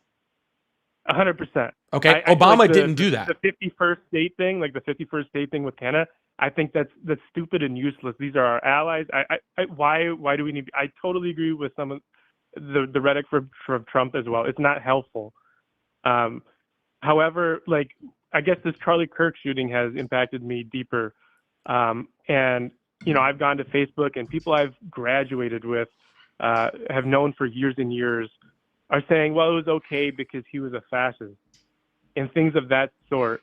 When I have to believe that a lot of this is coming from the radicalization because of the media and social media. And I guess in your sense, like, did you believe Charlie Kirk was a fascist? Yes, but I don't believe that he deserved to be killed But how is he a fascist? because he fits all the 14 tenets of fascism. So someone on a who goes campus to campus and engages in open dialogue. Open dialogue isn't That's fascist, sir. fascist No, quality. sir, that's not fascist. Open dialogue is good. Even That's what I'm- open but that's dialogue what is hold Charlie on. Kirk Open did. dialogue is good. Even open dialogue with fascists is good.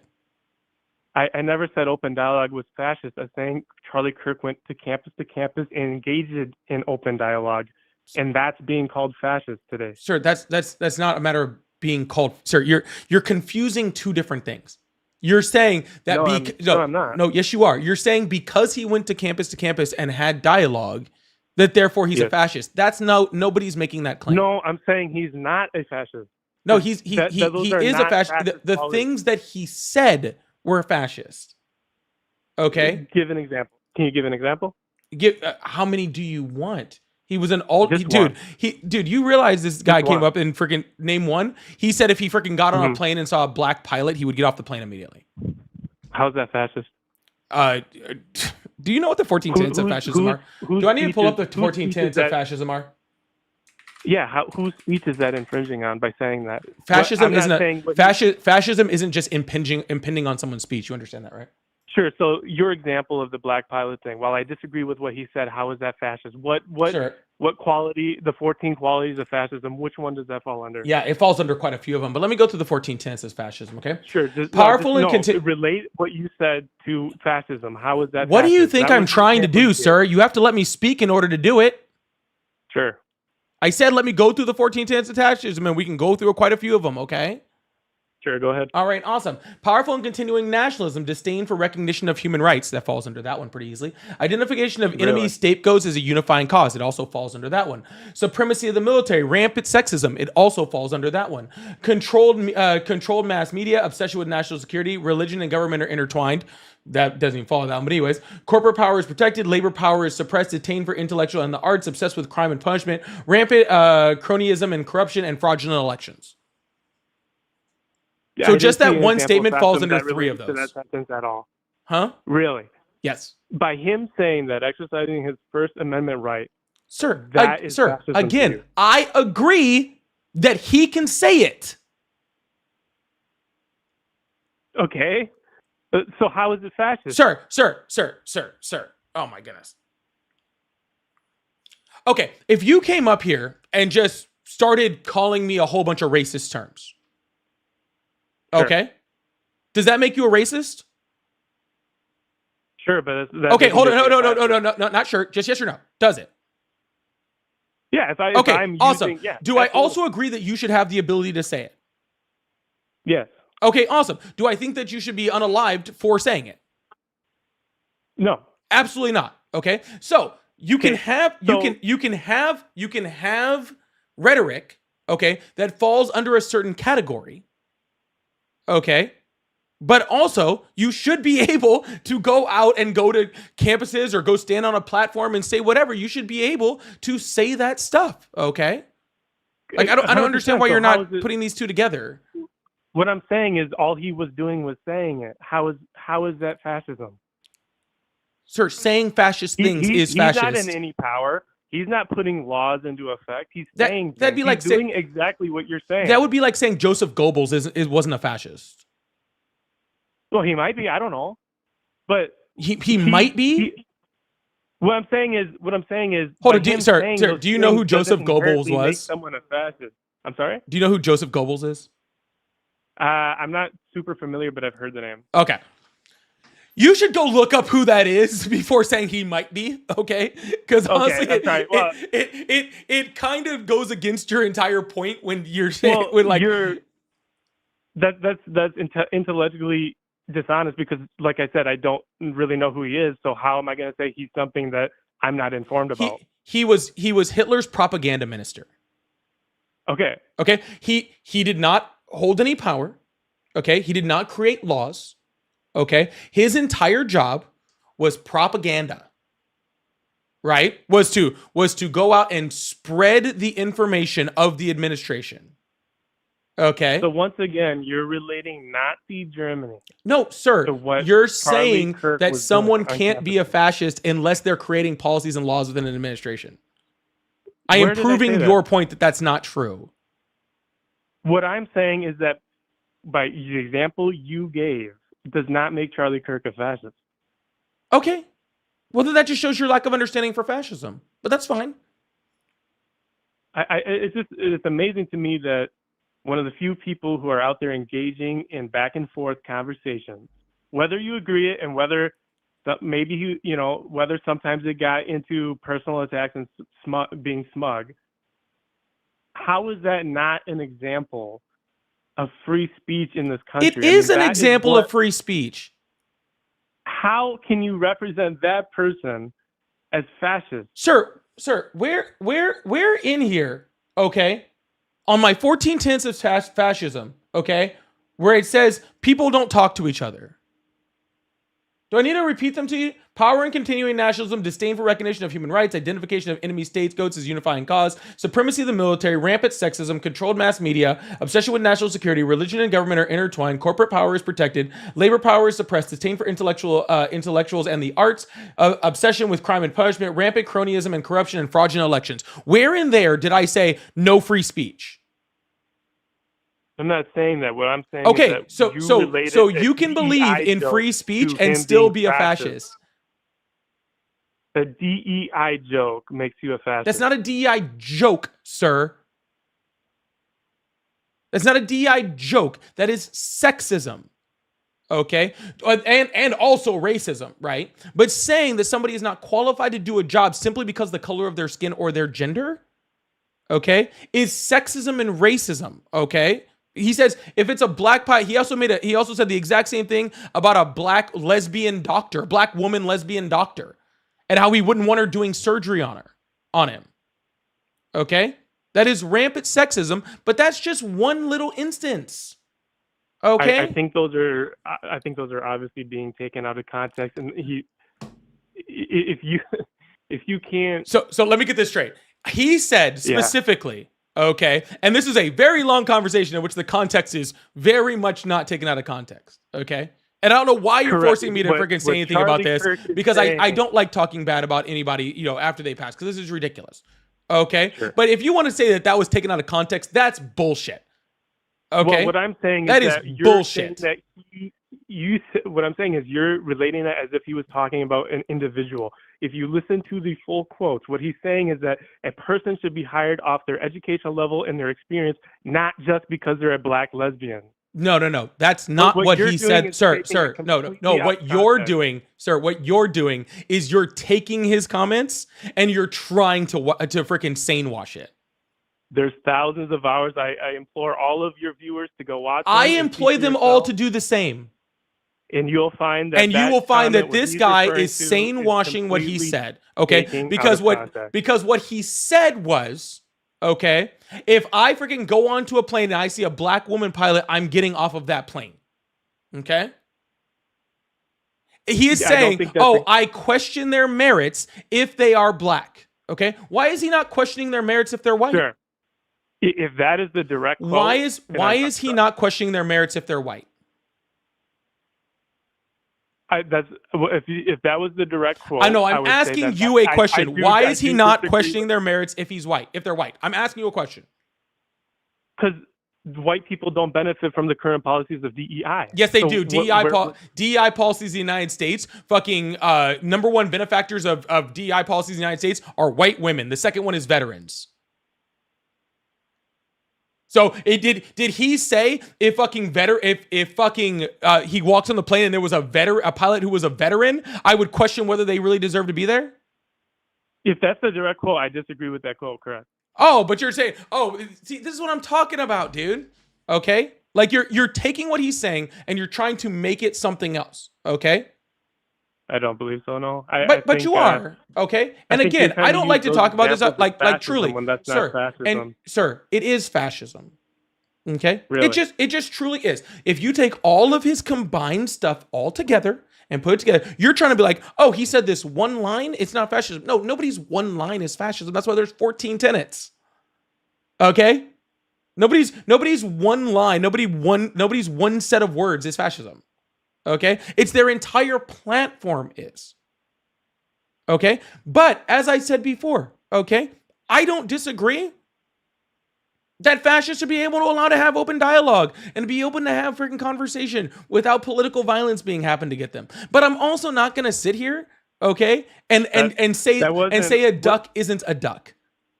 Okay? What happened to Charlie Kirk was not just political violence. That was a real form of fascism that millions of people just saw. That is actual. Sir, you don't know what happened fascism to Charlie is. Kirk. The shooter who killed Charlie Kirk took away his First Amendment right by killing him because he did not like what he was saying. First Amendment rights are not fascism. I've read them to you twice. How are you not understanding this? What I'm saying. Okay, let me ask you a question. When that Miller did to Charlie Kirk is actual fascism. Gotcha. So when That is let me ask you a question. When that Republican went into Minnesota and shot two Democrats in their homes for their political beliefs, was that fascism? Absolutely. Oh, okay, awesome. When somebody a Republican set Josh Shapiro's house on fire, was that fascism? Yes. I do Okay, believe so. gotcha. So He is according to trying you, just everyone's fascism.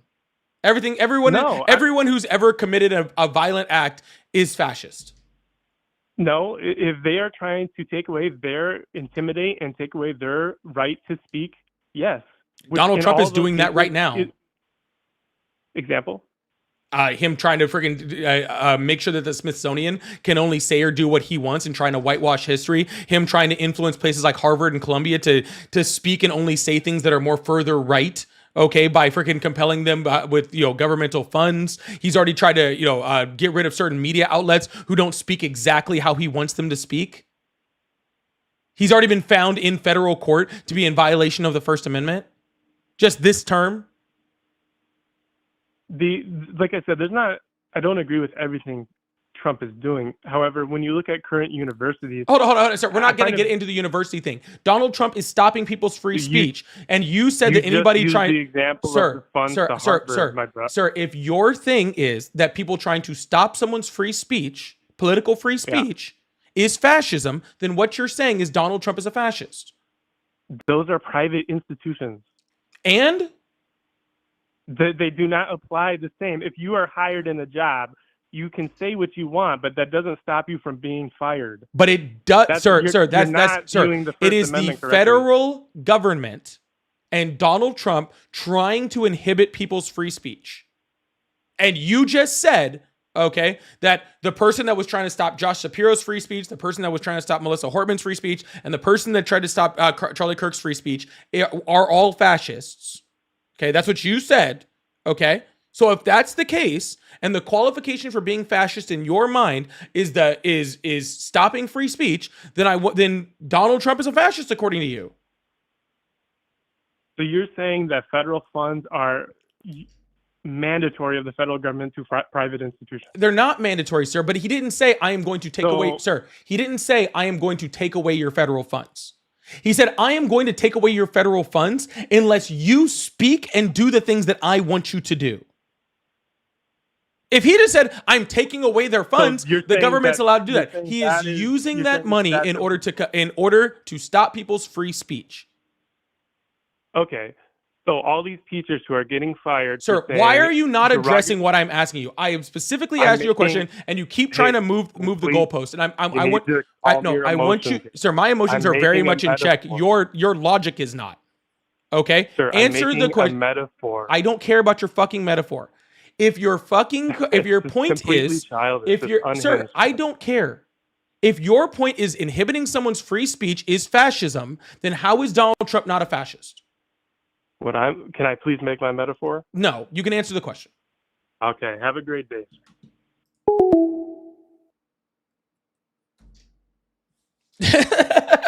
That's simple, dude. Answer the question. This is ridiculous. I've been talking to you for 45 minutes. Okay? Jesus Christ, man. Inhibiting someone's free speech is not fascist. Okay?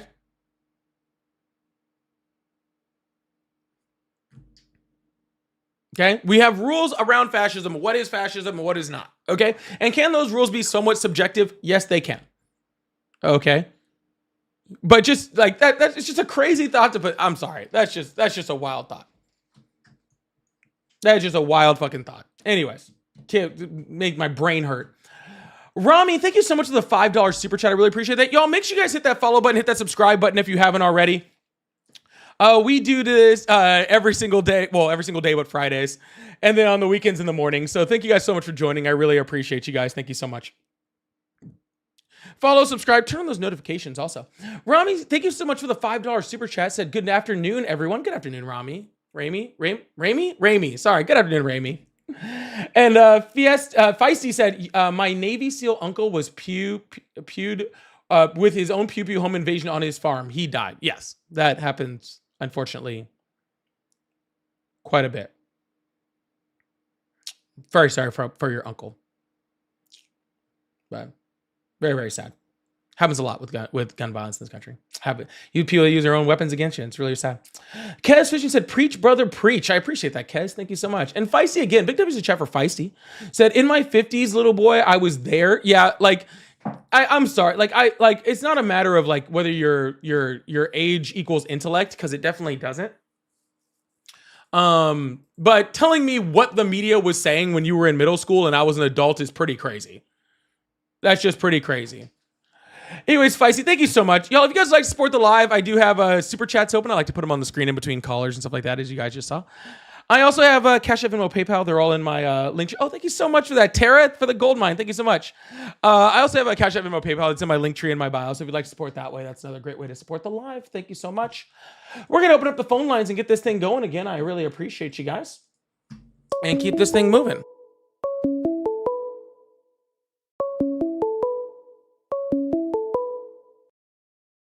Hello, how are you? Oh, geez. Good. How are you? This is Politics, correct? Hi. Yes, hello, how are you? Who do I have the pleasure of speaking with? How old are you? 24. Awesome. Do you support Trump? Yes, but I voted for him, but it's kind of indecisive right now. Easiest way to put it. Okay, well, that's the smart way to do it, but I am looking for Trump supporters right now, so I think I'm going to move on to the next caller, all right? Well, can I just say one thing real quick? One thing? What's up? I love you. Love you too. Bye-bye. Hello, how are you? Doing good. How are you? I'm doing great. How old are you? I'm 24. Awesome. Do you support Trump? Not necessarily, but I did end up voting for him.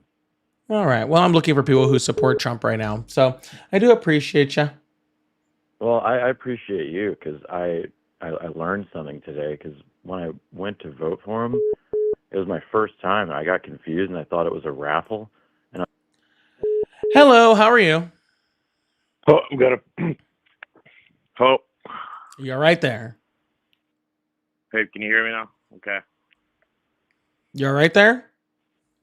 Yep, I'm here. Can you hear me? Yeah, unfortunately. How old are you? 24. Awesome. Do you support Trump? Yeah. That's kind of weird. All right. What's on your mind? Okay. So I just want to talk about tax credits.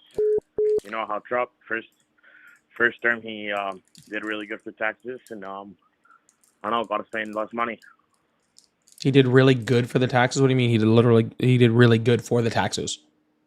He reduced the amount of taxes middle class people had to pay. Oh yeah, he reduced it about 1 to 2%. It was not 1 or 2%. First of all, It was for middle class people. It was about 1 to 2%. The average amount of money that a middle class person was about $600 a year. Well, I mean, that's not horrible. Okay, I don't agree with that, but okay, we can't go into details. That's my word against yours. Well, I mean, that's just a fact. You know what the average person in the top 1% got as far as a tax cut?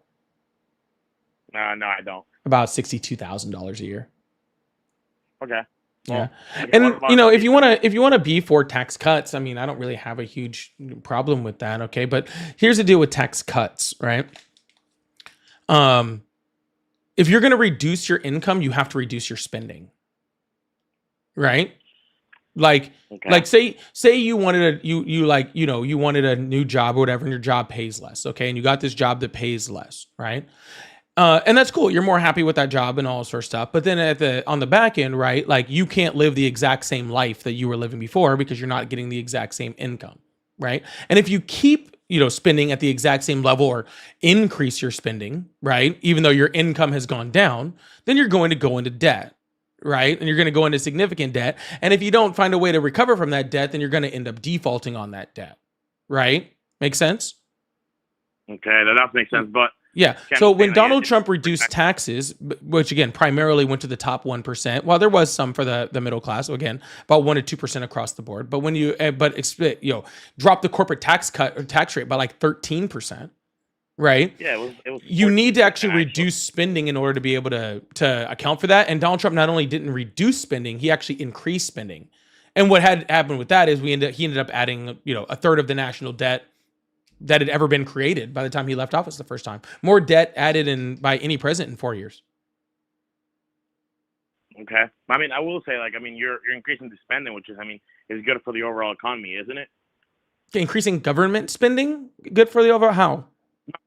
Spending, general spending, people can spend more money because they're paying less money in tax. Oh, you're not, I'm not talking about economic spending, sir. I'm talking about government spending. See, taxes are the government's income. Okay. Right. Taxes are the government's income. The government chose to reduce their own income, but didn't reduce their spending. Actually, again, raised it. Okay. I don't have much to say about that. I'll give you credit for that. Okay. What about unemployment though? Unemployment was a lot lower when he was in term, last term, than when Biden was there. Yeah, of course it was. Okay. Yeah. Isn't that a good thing? Well, it's a great thing, but what did Donald Trump do to make that happen? He did remove a bunch of the environmental regulations. Yeah, sir. Unemployment was way lower before he did any of that. Okay, that's not true. That is true. You want me to pull up the unemployment rate? Do you realize unemployment rate was dropping every single quarter for, I think, 5 years before Donald Trump got in office? Okay, but it was an increase though. I get it was already lower now, but it lowered that faster when he got in. Right, but it lowered before he did anything, and it just continued to lower. Okay, because the reason why it lowered at a faster rate. No, it didn't. It lowered at almost the exact same rate. Okay. He rolled back a bunch of federal regulations like that. Sir, and unemployment was starting to go up when we hit COVID. Before we hit COVID. Okay. I mean, I can pull it up. It's not Okay. It's you not. pull It's it not up? hard to. Yeah, that's not hard to Prove me pull up. wrong, man. Honestly, like I'm hoping to learn. Yeah. Let me ask you a question about unemployment rate. What's our current unemployment rate? I'm not sure off the top of my mind right now. I don't know. Yeah, it's the highest it's been in 4 years. 4.3%. Yeah, well, I mean, I, don't know, I feel like that's big. I mean, Biden already gotten up a while up, so to get it down again, it's not gonna happen. Actually, it's not gonna snap actually, to get Biden had a 1%, record or- low unemployment rate. That is not true. It is true. Actually, I can put it on the screen. Actually, Okay. yeah. So I mean, so I'm saying Trump did brought it down in his last office. That's the point. That's what I'm trying. Like the point that I'm yeah, trying to say. you know what Donald Trump's lowest unemployment rate was? It was about, I think, 3% ish. I don't know. 3.5%. Okay. Okay, what was Biden's lowest? 3.4%. 3.4%. Okay. Yeah. So Biden actually had a lower unemployment rate than Donald Trump did. Okay, 0.1% difference. But I'm trying to say, like, he did bring the unemployment rate from what it was before a lot faster than the previous office did. So.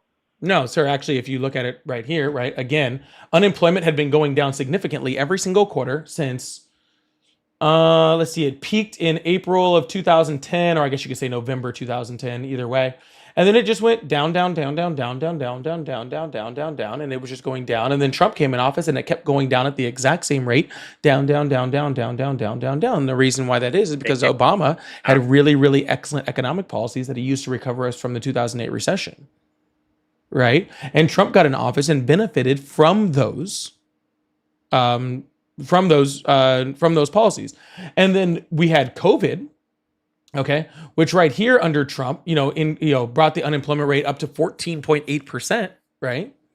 And then by the time Joe Biden got into office, which would have been right here, when Joe Biden got into office, the unemployment rate was 6.7%. All right, and then Biden got it all the way down to 3.4%, which again was lower than Donald Trump's low. Okay, It peaked. Around 10%. It was because he wasn't managing the funding well. I'm sorry, what was that?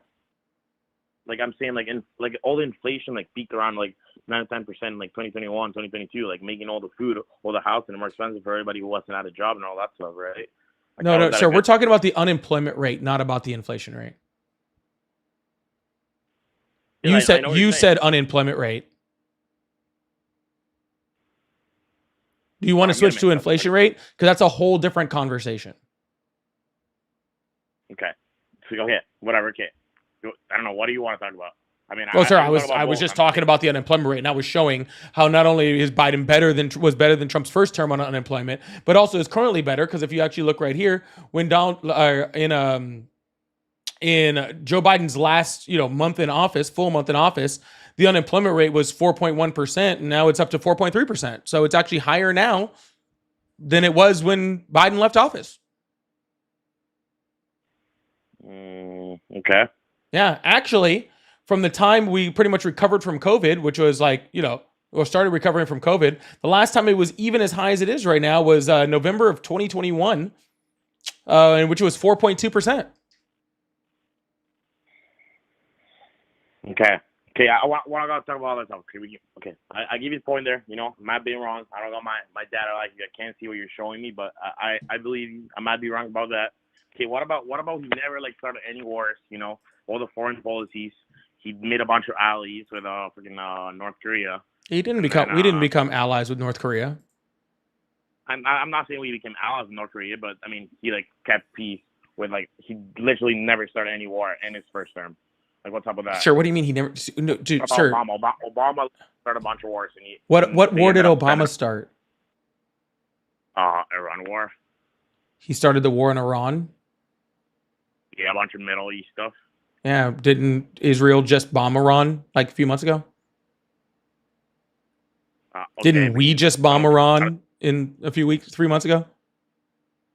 Okay, but I'm trying to say he did try to stop it, and then he tried to put this cease and desist in the war, and then they didn't follow it. So he has to answer back. He had to do something. Sure, I think here's the big thing. Okay, for some reason, which is a wild claim, and I don't know why.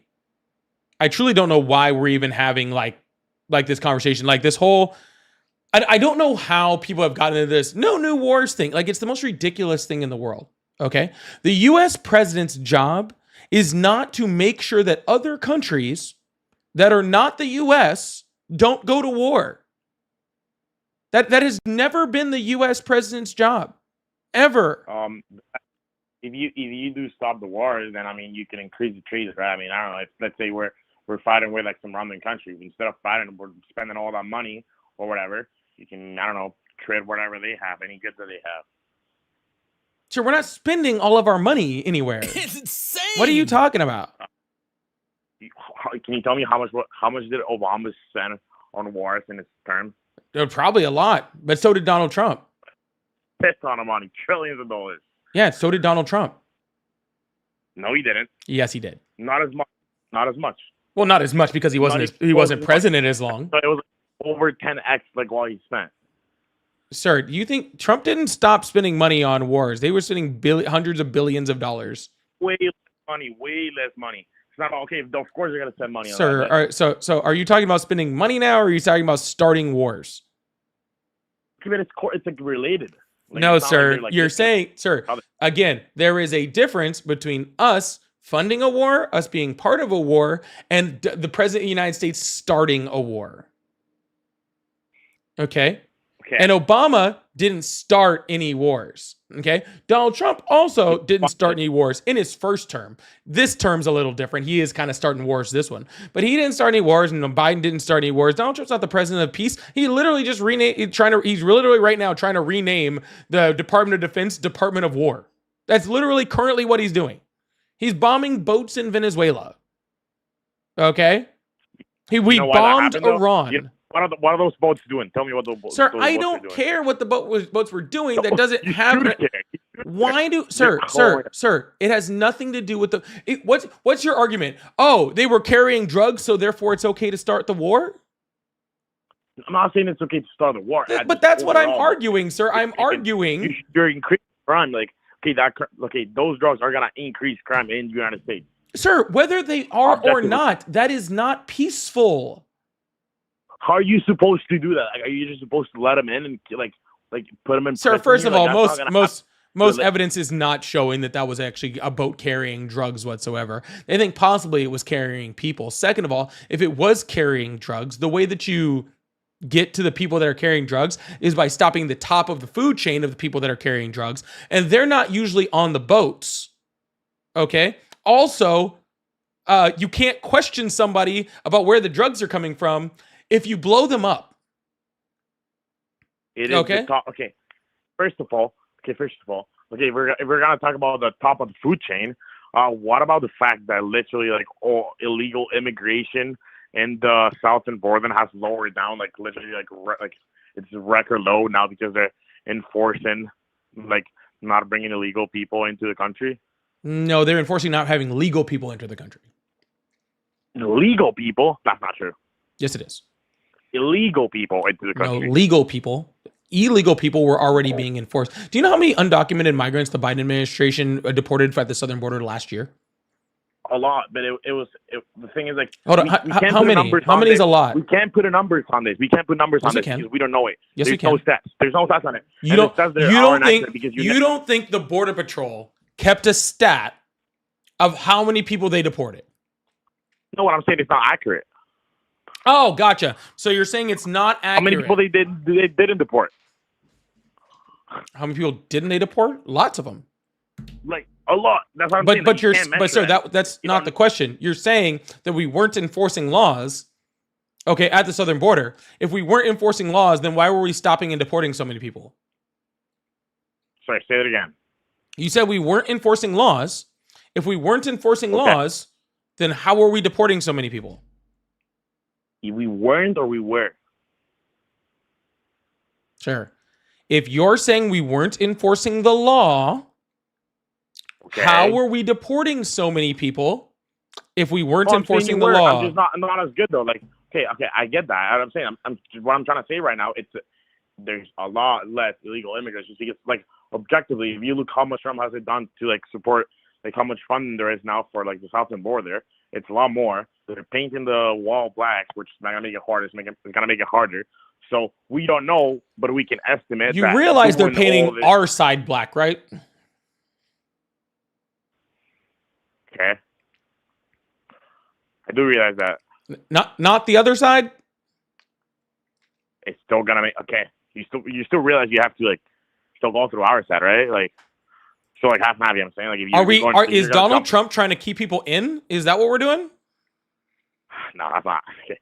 Okay, I'm saying if you're gonna jump, you have to go down. It's still gonna be like really, really hard. It's gonna be a lot harder for you, even if it's not perfect. It's gonna be harder for you, You could just push off. right? Sorry, You could just push off. push off. It's not that Yeah, like when you're difficult. jumping down, you could just kind of push back. Have you ever seen like a video of anybody coming into the border? Yes. I also know Oh, yeah. gloves exist. You also know, okay, yeah, they're all gonna bring like full body protection when it's like fucking extremely hot in the border, right? Yeah. They're gonna bring a No, whole you just don't have to. Like, sir, when they're coming across the border wall, they don't just slide their entire body down. They usually use their hands and feet. Shoes also exist. Yeah. Okay, sure, okay. But what I'm trying to say is he is doing stuff to stop illegal people into coming to the country. He is doing He's stuff to doing stop more all than people they were from coming doing into the before. country. Okay, and You're never gonna stop everything. It's impossible. sir, You're he never also, gonna stop everybody from coming to the country. It's impossible. Sir, but he also stopped people from like he actually enabled people to more undocumented immigrants to come to the country too. So Okay.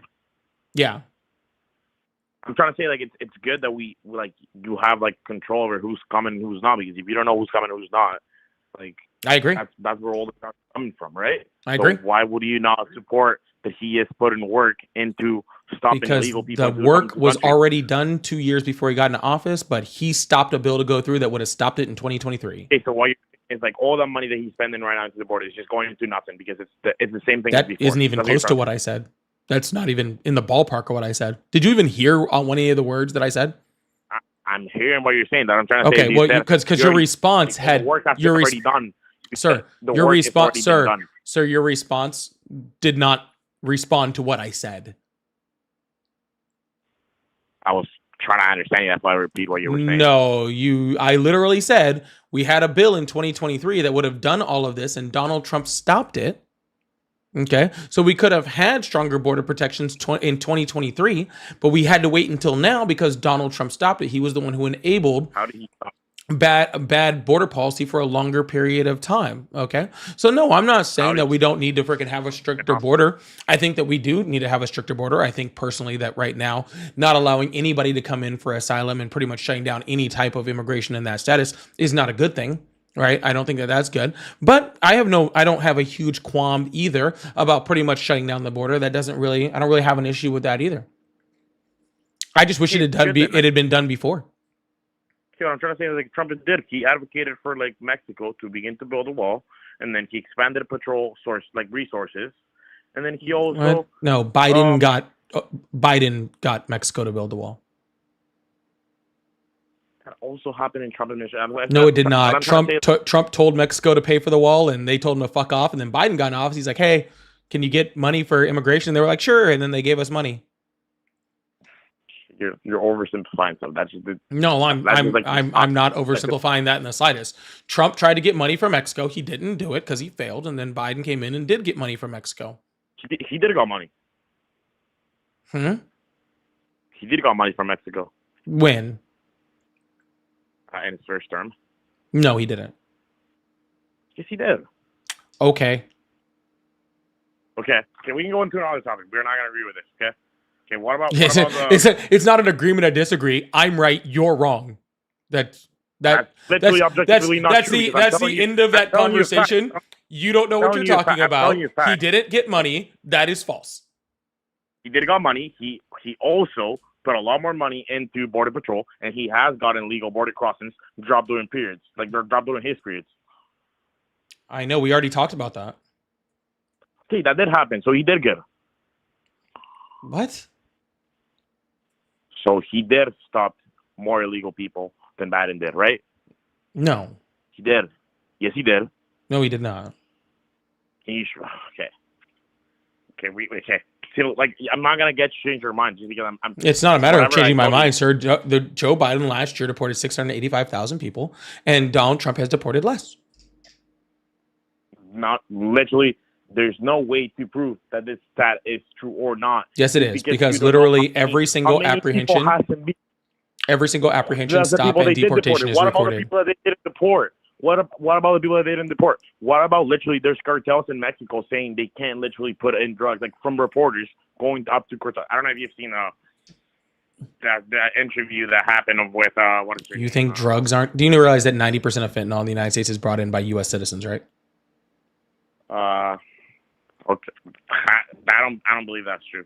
So I don't think that's true. your belief in this does not change it Okay, at all. that Okay? doesn't change things. Where are you pulling this stat from? Where are you pulling this stat from? Dude, you show me can where you pull can it. literally pull it from Customs and Border Patrol. Pull it up. Why? It's so easy to pull it up. Because you're trying to prove a point. It's like I can't make something out and be like, oh, Trump made like $300 billion. Like I have to prove it, right? Like, okay, you said a point, prove it. Like where are you pulling this data from? Customs and Border Patrol's website. More than 90% of interdicted fentanyl is stopped at ports of entry where cartels attempt to smuggle primarily in vehicles driven by U.S. citizens. Customs and cbp.gov. What do you look up from? Let me look it up as well because I can't see your stream while I'm talking and over the phone.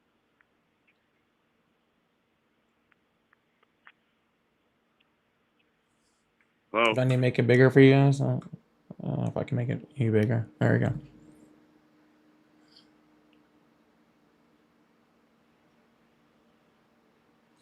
Kez, thank you so much for the $2 super chat while we wait for this guy to figure this out. I said, how many points does Paulie have? I don't know. Is anybody keeping track of my points?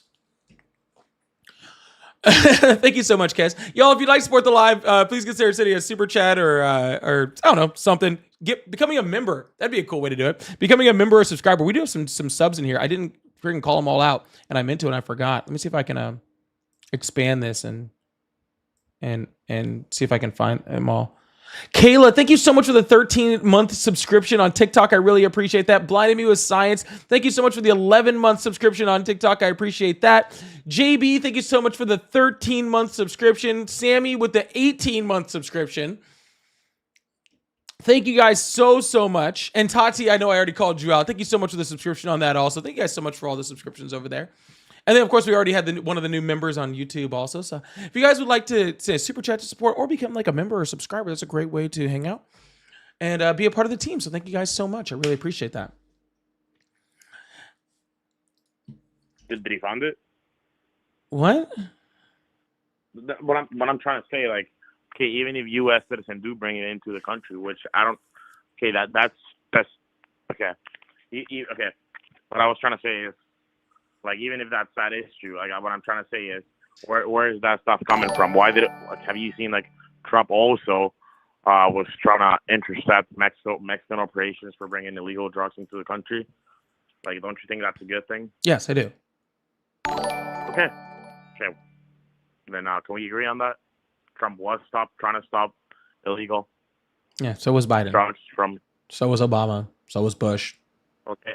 Yeah, every president tries to stop drugs from coming over the border. Yeah. I mean, yes, I sure. Yeah. I mean, that is a good thing. I am glad that presidents do that. I think that's pretty awesome. Can you pull up what a specific thing Biden did to, like, what did Biden do to Mexico to try to stop that? Which time? Biden got their freaking military deployed to the southern border. He got money for them for border protections. So did Trump. You didn't ask me, scale. sir. You didn't ask me, sir. You didn't ask me what Trump did. You said name one thing that Biden did. I just named two. Okay, what I'm trying to say is Trump did a lot more than that. Okay. Well, you have not proven that. Okay. Okay, I'll pull up the funding. Give me one thing. Taurus, thank you so much for the 5 gifted memberships. Thank you so much for the 5 gifted memberships. Give big W's in the chat for Taurus for the 5 gifted. If you just got a membership from Taurus, make sure you put in an extra W in there to make sure you thank him for that. I really, really appreciate that. Thank you so much, Taurus. Big W's in the chat for Taurus.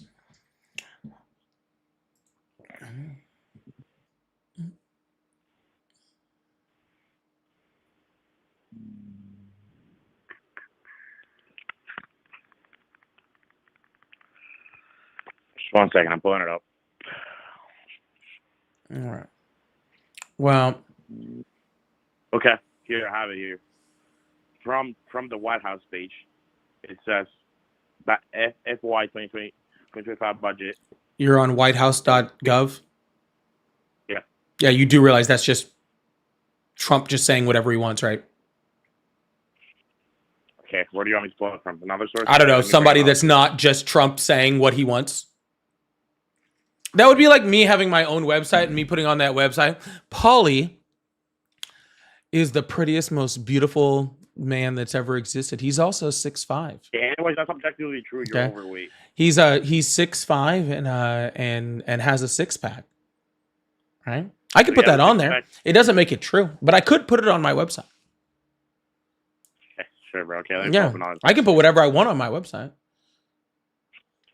Okay, so fucking random. Okay. Anyway, Anyways, I'm gonna move on to the next caller because this is this is literally getting That's like White boring House. the hell out of me. in the Biden White House arches, I have it here. No, 1 second. I have it here. I don't want to hear what Biden says either. Oh, but we're pulling up. Okay, I'm trying to pull up the funding one against the other one, right? Because you said Sure. Biden did This the wasn't exact an same thing. argument on who had more funding. You said Biden didn't do anything. Name one thing Biden did, so I named it. I said Biden did. What I'm trying to say is Trump did a lot more to stop that, which is a really good thing, and it's like Okay. Well, he didn't get more money from Mexico. He didn't get more troops deployed from Mexico. Okay. Well, I'm trying He to did do a fund whole it bunch and of get executive orders and put people in cages and deported children with cancer and sent people to terrorist prisons and tried to deport people to South Sudan and Rwanda. He did do all of those things. That is stuff that Donald Trump definitely did. Okay. And again, while I completely agree that we should have strong border policy, okay, it is not a matter of strong border policy and immigration policy. It is the way in which Donald Trump is doing it. Okay. I don't know how many times I have to say that. Okay. I pulled up the Biden administration funding, and you don't even want to hear it. Correct. Can I at least tell you? No, I'm good.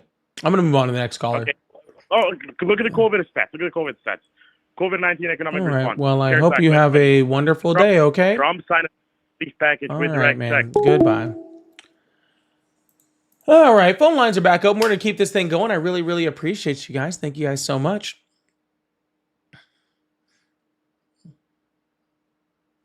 He I guess he didn't want he didn't maybe he didn't hear me when I said have a good day, I'm supposed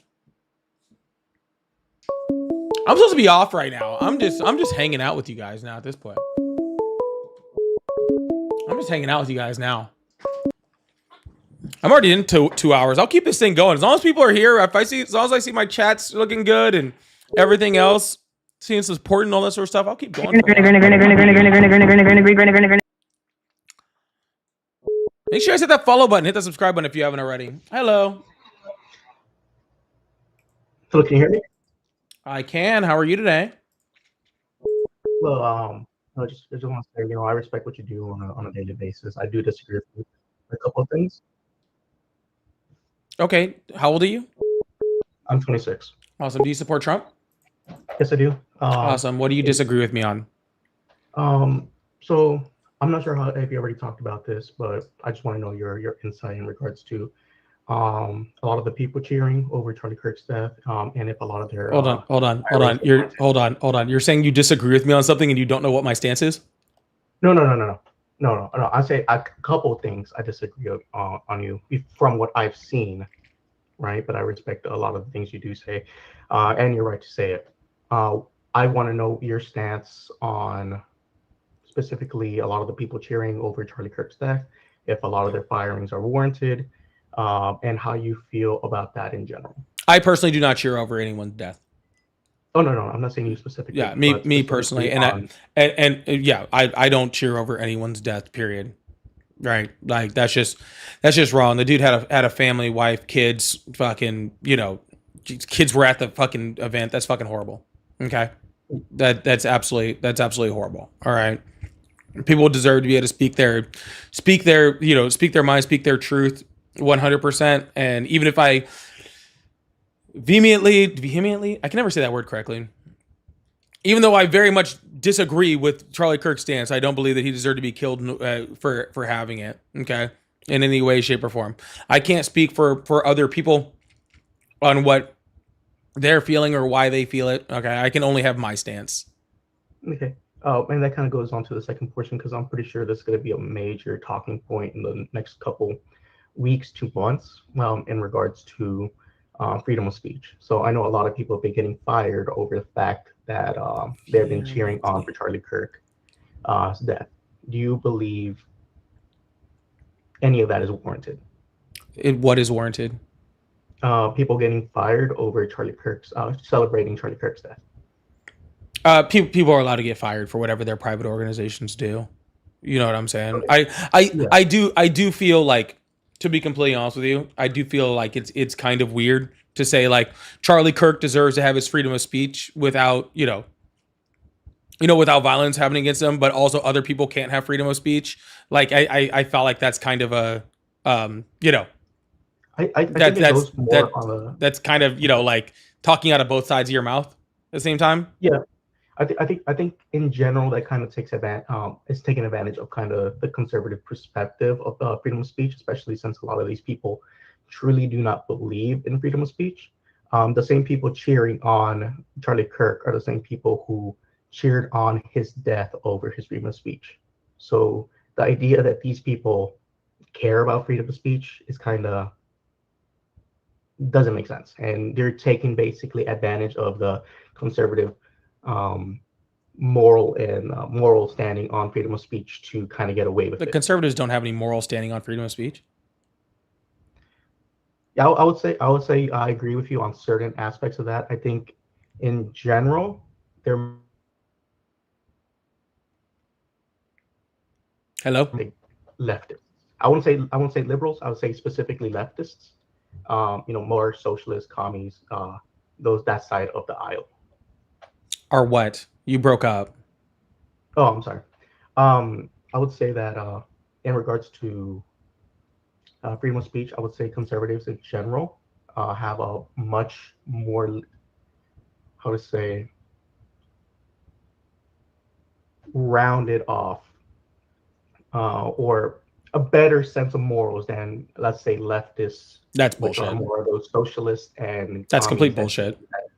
Okay, well, why would you say that? Under what standing is Donald Trump more moral than anyone? I'm saying conservatives in general. The conservatives voted for Donald Trump. Donald Trump is the representation of the conservatives. He was the person that they voted in office in order to lead the entire country and lead the free world. How is somebody, who cheated on his first wife with his second wife with his third wife with a porn star, who sexualized a 10-year-old little girl, who sexualized his daughter, who was best friends with Epstein, who defrauded a children's cancer charity, who's found liable for sexually assaulting a woman and has over 30 other sexual assault claims? How is that person the moral have a moral standing higher than anyone on the left? I'm specifically saying I'm talking about freedom of speech.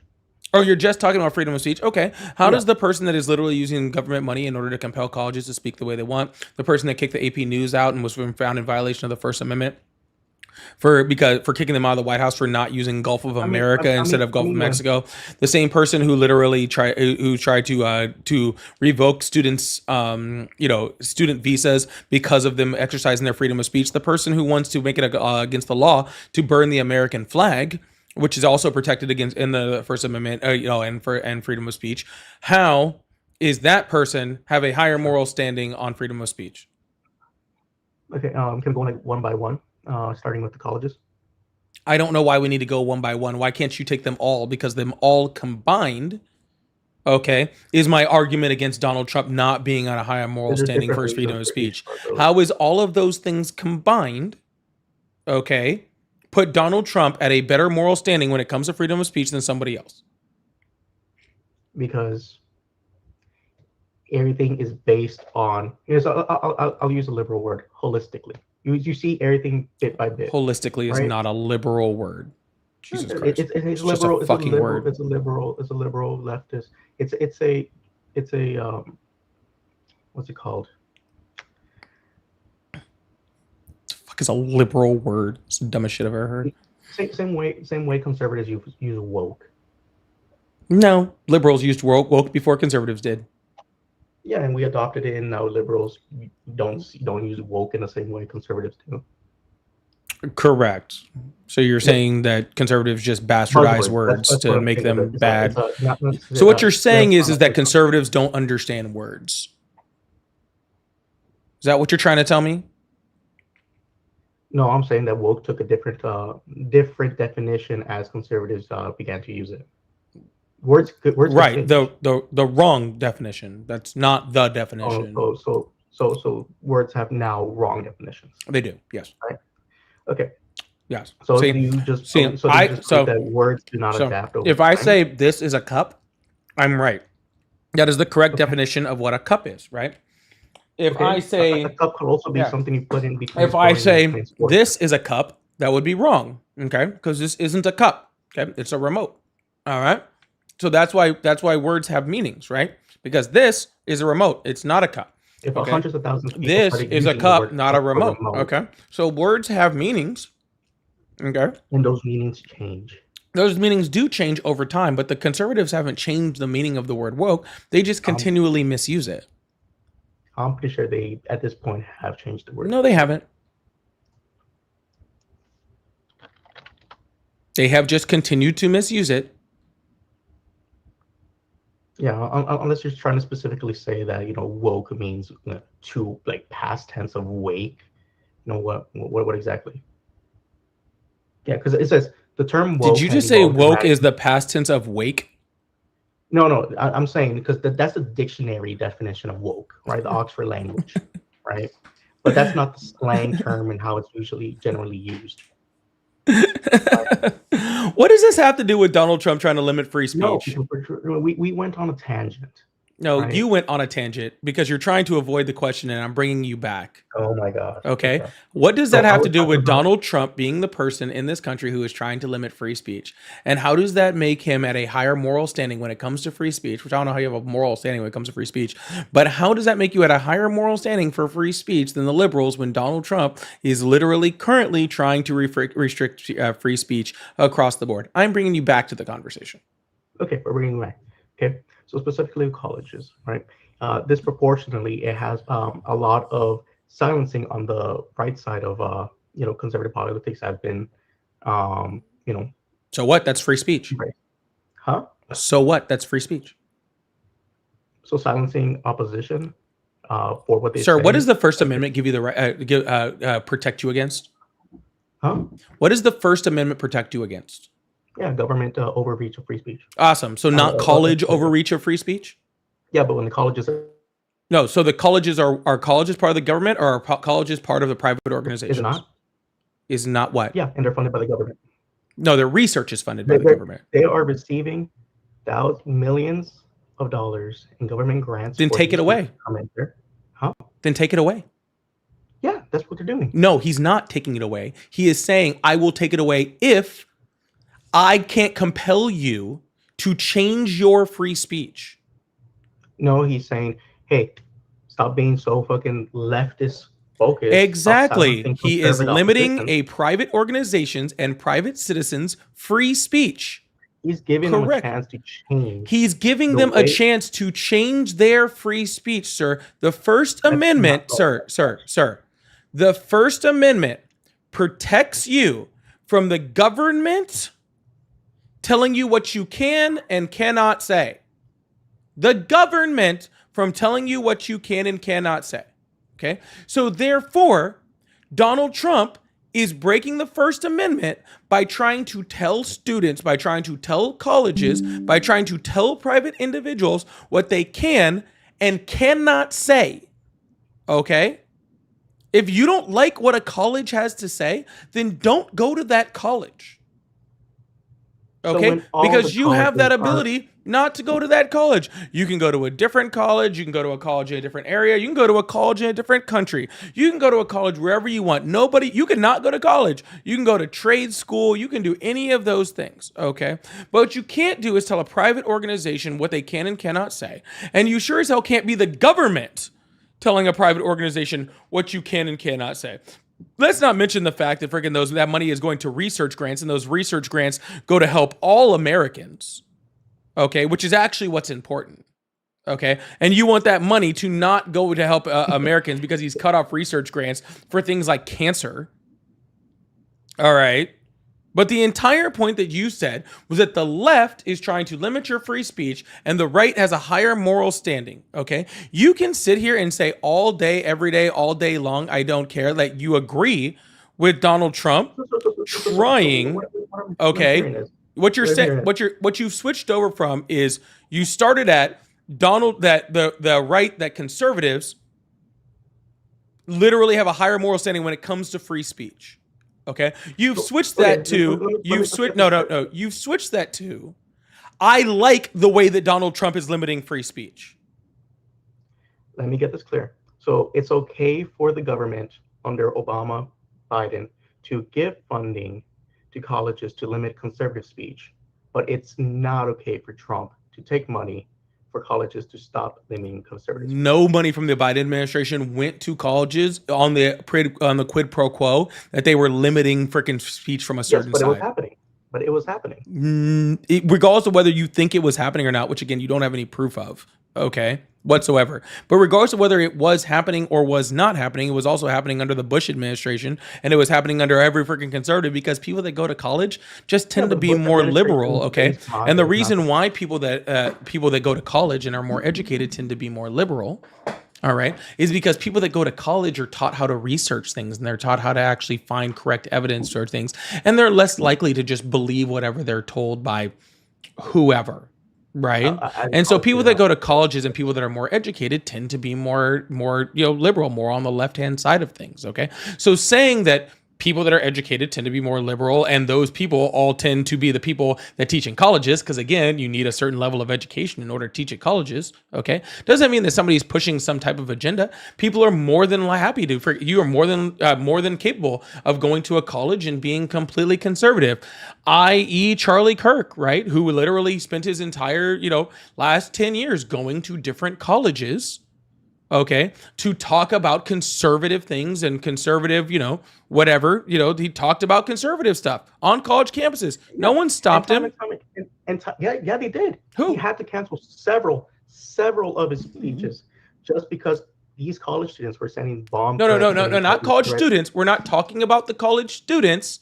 We're talking about the colleges.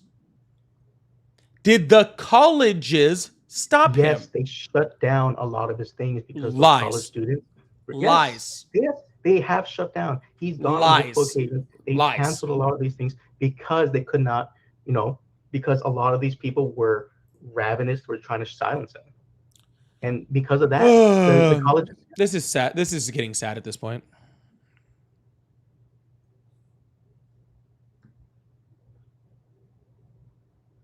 You cut out, by the way. Yeah, you're sad. I'm sad? Yeah. For what? Dude, you are trying so hard, okay, to fight against people's free speech while trying to make an argument for free speech, and it's pathetic, okay? I have literally shut down literally every single one of your points. Like not even like this hasn't even been like a competition. Okay? You have been You have not even brought up a singular decent point that I can even waste my brain cells trying to have a good conversation with.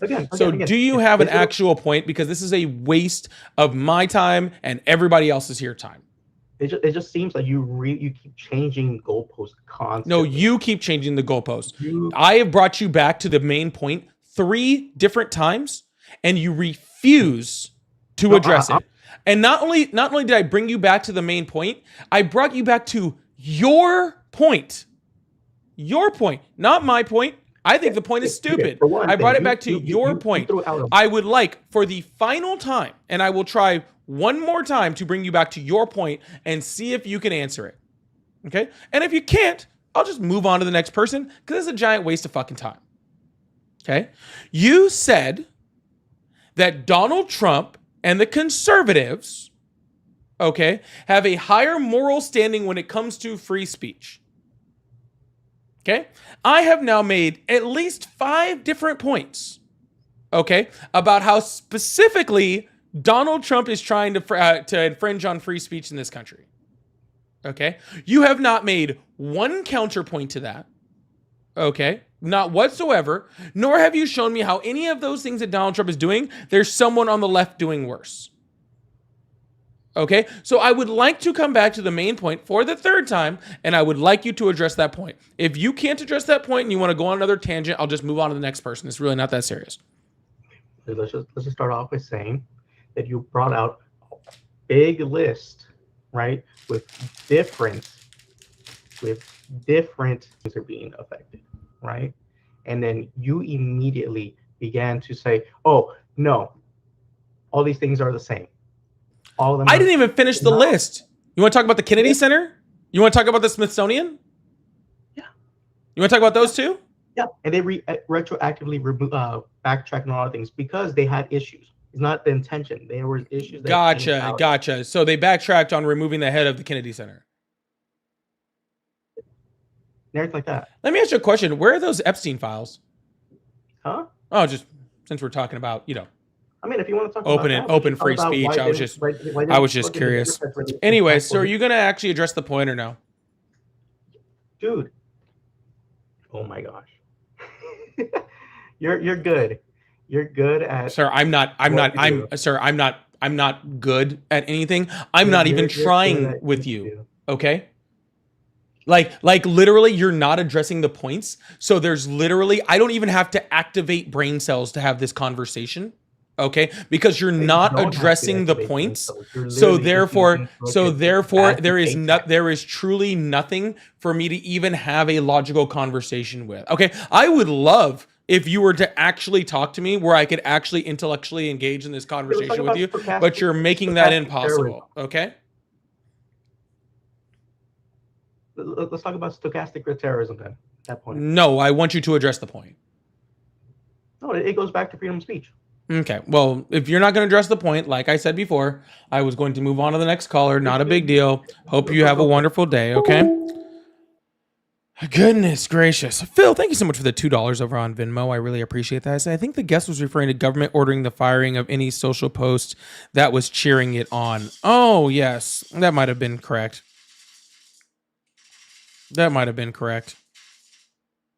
That's funny. I did try. I tried. KJ, thank you so much for the $10 super chat. Can we get big W's in the chat for KJ? Says, speech morals of GOP. Fire Trump ASAP. Then Democrats were killed. He said, what? Why waste time? Hypocrites blame left. ASAP. Jesse on Fox talking about war. Fire him too.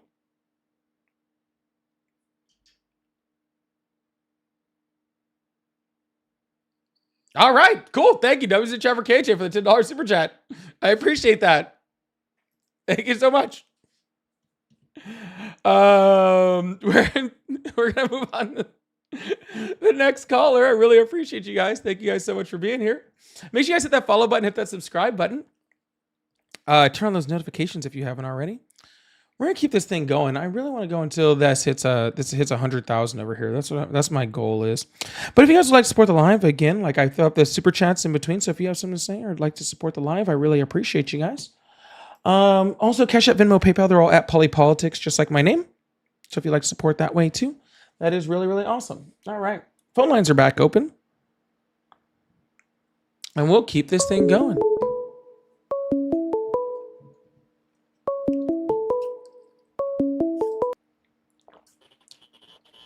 Hello? Hello?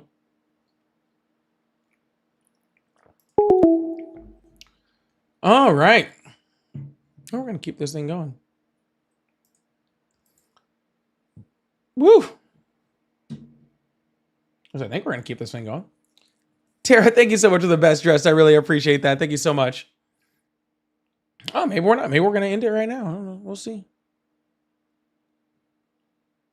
100,000 vape hits? No, but guys, hold on. I did my countdown thing. I'm almost there. I think it's Monday. I will be 250 days without nicotine. I think Monday. Hello. Pretty cool. Hi, how are you? Oh, good. How are you? Good. How old are you? I'm sorry, didn't quite catch that. How old are you? 31. Awesome. Do you support Trump? Yeah. Awesome. So what's on your mind? I haven't been paying attention to your live for like 20 minutes. I clicked on something else. So what was going on? What's the question? The question was, what's on your mind? Well, I know that, but I mean, what would you like? What were y'all talking about? I wasn't paying attention. I wasn't talking about any. I was talking about how I'm 248 days off of nicotine. Oh, good for you. I know, Wish pretty I could cool. say the same. Yeah, I've been pretty meaning cool. to try that fume. I don't even know what's called. That little. Mhm. It's not a vape, but it's a flavored air. Yeah, I have seen those things. I thought about going to it, but then I just quit.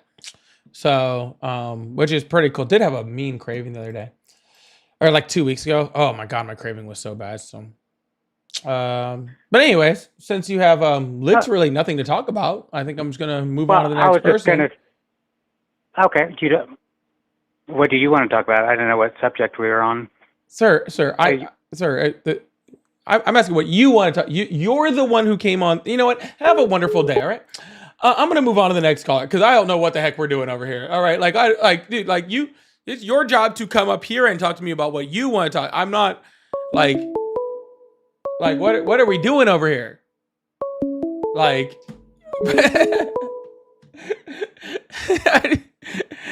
hello, how are you? Hello. Hello, how are you? Jesus, that buzzing. Oh, that was. No, you hang up. No, you hang up. No, you hang up. No, you. No, you hang up. Hello, how are you? Hey, how's it going? How old are you? I am just about to turn 25. What about you? I'm 38. Do you support Trump? I used to, funny enough. You used to, and then you decided that you were going to try to activate the rest of those brain cells for a bit? Yeah, but I wanted to talk on one thing because there's just one thing on my mind that I can't really seem to like watching both sides. It's money, of it. isn't I don't it? really understand. I got my mind on my money and my money on my mind. Rolling down the street, smoking windows, sipping on gin and juice, laid back. Yeah. So I want to talk about the Second Amendment. What about it? So the stance on we obviously it's in the Constitution, and I see a lot of the Democratic side of the spectrum. They either want to put restrictions on it, or some even want to get rid of it at all altogether. And the Republican side, they seem to be, all for it. Thank you, Lindsay. I mean, I'm a constitutionalist, and I'm for the Second Amendment as well. I'm for the First Amendment. I'm for all of them, funny enough. But it's just that how come whenever the left side, when they talk about the Second Amendment, when they hear them talking about like the restrictions and stuff, it doesn't seem they're all ill-informed about, what a gun is and how a gun operates. Really, that's kind of funny because usually when I talk to people on the left, they're actually, well, not all people on the left. I think there's a certain amount of people of just uninformed about a whole bunch of stuff. But when you talk about the constitutionality of the Second Amendment, the left seems to be a lot more educated. Yeah. Now, maybe they don't know everything about firearms as a whole, right? And that's totally possible, right? And that makes sense to me. Right, that everybody on the left doesn't always know them, but just because you don't know everything about certain types of weapons or anything like that doesn't mean you don't understand the constitutionality behind it. Okay, that's a fair point. Yeah. So I, on the other hand, am pretty good with both of them, to be completely honest with you. But I wouldn't say I'm a firearms professional by any means, but I know quite a bit about firearms, and when I see politicians on the left talking about guns, I would just shake my head. I'm like, no, that's not how they work. But I kind of see where they're coming from, and it's like, because politicians don't know shit. Not a lot of politicians really don't. I'm saying, if you want to watch to see what this isn't a gun issue, okay? Look at politicians talking to Mark Zuckerberg about social media and the internet, or when they talk to the CEO of TikTok, when one of the dudes didn't know Singapore wasn't in China. Oh, that was hilarious. The dude was rating him all the time. Are you Chinese? Do you have a Chinese citizen? I'm Singaporean, sir. Yeah, but when it comes to the Second Amendment, what I think people need to understand is, one, the job of the judiciary is to interpret the Constitution, right? And the judiciary has made it very, very clear that restrictions on firearms are 100% legal and constitutional. Okay, Keller versus DC to be specific. Okay, DC versus Keller, right? Made it very, very clear that the restrictions on firearms are completely legal, right? Okay. And second of all, on top of that, we know that gun laws do reduce gun violence. Like that is a fact, right? And I think if we can just stick with those two things, right? And I think truly, like, because here's what's going to happen, right? And here's what's going to happen. And it's from somebody that sounds like you're a gun guy and all sort of stuff. Y'all, really, and this is for y'all and for any people who are like huge, like right wing 2A guys out there. I want you guys to listen, okay? The more you guys try to fight that we shouldn't have any restrictions, the higher chance you have of freaking just losing all of it. You guys think that it's a slippery slope thing where some restriction is going to take it all away from you. That's not correct. Some restriction is what allows you to have it. And sooner or later, it's going to snap all the way to the other side, where it's going to go from no restrictions to all the restrictions. And that's not what you guys want. Allow for some restrictions. That way we can restrict it in a way that helps reduce gun violence in the United States. And that way people that actually should be allowed to have them, that need them for hunting or need them for home protection or whatever, can have them. All right. But helping us create laws to stop the people that aren't supposed to have them from having them. All right. But this whole like, any restriction is against the 2A is bullshit. It's just bullshit. Yeah, I agree with you. And that's something that, the Trump MAGA people, they funny enough, they would disagree on my stance, because I'm like, the background check system, for example, one, not really restriction, but more of like an enhancement. One thing that they can do, and it was really shocking after one of the mass shootings, it was detailed reported that the national background check system, it's called the NICS background check system, right, showed him clean and clear to grab a firearm. But if you went to the state that he was born in, he had some criminal history that would bar him from grabbing the firearm. So it's like, one thing that I would like is to see the national firearm system go deep into like, local police records and local criminal records, which as far as I know, it doesn't. And a lot of people, me and you both know, a lot of people on the right heavily disagree with that. They do. But hey, I am going to move on to the next caller, because I think we probably agree more on this than we disagree. But I hope you have a wonderful day, all right, man? Yeah, you too. All right, bye. Dennis, yes, I read the chat. Hi, Dennis. Hit that follow button. All right, well, I guess we're gonna try one more. I guess that one didn't exactly scratch my final itch over there. Can we get this thing up to like 175,000 likes over here on TikTok too? I appreciate that. And again, y'all, if you guys like to become a subscriber, become a member, this is a great time. Or if you'd like to gift subs and memberships or send a super chat, this is a great time. I am running a little overtime today with you guys, so if you guys would like to support, I really, really appreciate that. Thank you so much. Makes it feel a little bit more worth it when I pull extra duty. I'll tell you that much. Oh, freaking tight today too. My freaking hips and my fucking hamstrings are tight.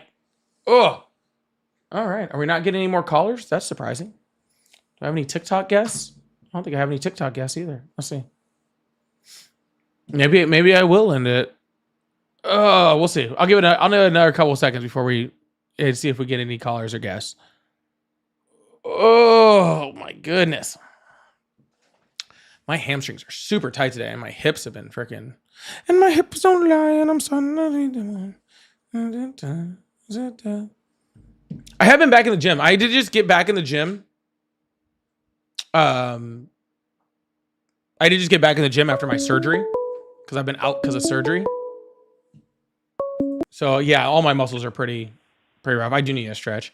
Hello, how are you? Doing well, sir. How are you? I'm doing good. How old are you? I'm 29. Awesome. Do you support Trump? I'm for the right side of history, but not necessarily for Trump, no. What do you mean by that? I'm conservative. I believe in family and traditional values, especially in this nation, built on Christian Anglo-Saxon values. It was not. Say what, sir? It was not. You know, I mean, it was. I mean, we took it from the natives, sure. You know, conquered. You know, took Mexico, took Oregon from the Spanish, yada, yada, yada. I understand history can be bloody, but, you know, given the fact that history is always, you know, writes itself pretty easily, Christian countries are by far the most moral and objectively safe places in the world. Christianity isn't objectively moral or safe. Well, Christ said, you know, he carried the Eucharist and then gave it to Peter. Peter, you know, if you've read the books, it is like the books. You mean the Bible? You know, oh no, there's many books. There's hundreds actually. Jesus wrote many books. No, he didn't write a single one. Actually, his disciples decided to die on those pillars for a man. On the pillars of things like, you know, like what? Like slavery. To turn the other cheek. No, not slavery. He believed all men are created in the image of God. You know, but you could still take slaves. I mean, in the time period, I suppose you could call that. So not all men are created equal. You know. No, not necessarily. It's like you got to read the book of Job on that one. But no, I'd prefer to read the book of Leviticus when God tells his people that they can go and collect slaves and kidnap people and make slaves from the nations surrounding them, and they can hold on, and they can keep their slaves. And you're referencing the Torah. No, I'm referencing the Old Testament. There's a difference. Yeah, but that's the Torah. That is considered the Torah nowadays. No, the Torah is different than the Old Testament. No, it's not. It is. The Old Testament. No, it's not. It's the original 11 tribes of Israel and Canaan. Yeah, come on, man. I study this stuff. Apparently not very well. All I'm saying. What are you talking about? Dude, look how fast it took me to pull that up and put it on the screen. Yes, the Torah is different from the Old Testament. The Torah is the first 5 books of the Hebrew Bible, also known as the Tanakh, whereas the Old Testament is the Christian term for the entire Hebrew Bible, which includes the Torahs and other books. In simpler terms, the Torah is part of the Old Testament, not the same as the whole. It's the same thing, though. We're referencing the same material. Well, let's just ignore it then. Okay.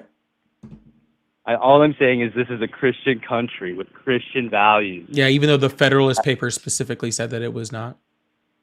I don't believe in the Federalist Papers then, 100%. You don't believe in the existence of something that exists? No, I don't believe in what they're saying. I believe in who wrote Christ them? And holy be Christ. And hold on, who wrote the Federalist Papers?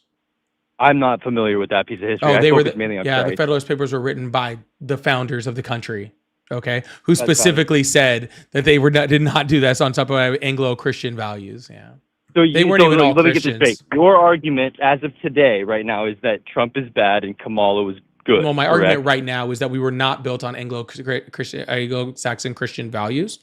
Okay, because a lot of the founding fathers weren't even Christians. Yeah, they were actually Masons, which are some were Masons, some were just deists. Our favorite people, the great 11 tribes. I don't want to say too much on your live stream; you'll get banned quick. But no, we don't believe in the Pharisees, nor do I believe in Israel, Talmudism. No, not at all. Which is being pushed heavily right now. Heavily. I don't know what any of this has to do with the fact that we're not a Christian nation. Well, because a Christian nation is the best possible source of any form of culture ever. That's my argument. And how's that? Because Muslims can exist, Jews can exist, all under a Christian flag, but the inverse is physically and socially impossible. The Nazis were Christians, right? Yeah, I believe in a lot of their values, but the way they handled it was absolutely horrible. There you go. Now we got to it. Here we are. No. Like, let's think about World War One, post World War One Berlin. Let's think about the climate they were, the German people were having. No, seriously, they were full of debauchery and poison in their culture. The women and daughters being prostitutes, mother-daughters, the transgender. Anyways, Joey, thank you so much for the $20 super chat. Said the judiciary can't be the sole interpreter of the Constitution. The Constitution is a contract between the states and the federal government. Nobody would enter a contract where only the other party gets to interpret it.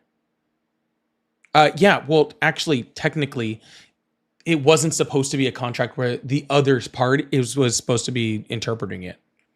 See, the judiciary was specifically supposed to be completely separate, right? Though part of the federal government, it was supposed to be something that was completely separate and able to interpret the Constitution without having partisan, leanings, right? It was supposed to just go, hey, this is the Constitution, this is what it was meant, and be able to set precedent in order to be able to do that, right? That's what they were for. It wasn't until later, all right, when the judiciary became a partisan political group. Okay? Because the Constitution does show the judiciary to be the interpreters of the Constitution, and the states did agree with that because the states also agreed to be a part of that check and balance, right? The states also agreed to be under that Constitution of the federal government. So yes, they would, and yes, they did. Okay, but it sure as hell wasn't supposed to be the executive. I'll tell you that straightforward. It was not supposed to be the executive in any way, shape, and form. But Joey, thank you so much for the $20 super chat. I really appreciate that. And big W's in the chat for Joey for that super chat. I think at this point I am going to call today. So I hope that you guys have a wonderful day. It's insane. I'm going to be back on tomorrow at noon Central again. If I'm not, I might bounce around some panels and stuff. Heathen, thank you so much for the $20 super chat on the last second there. I appreciate that. It's that worthy of Chino, Christian in name only. I like that. Like Chino Hills. I'm going to use that. Christian in name only. I'm definitely going to use that. Word of the day, folks. W's the chat for Heathen for the word of the day over here. All right, y'all. I will be back on tomorrow night, or tomorrow afternoon, not noon, 10. I'll be back on at 10 Central tomorrow before football. So I'll see you guys then, all right?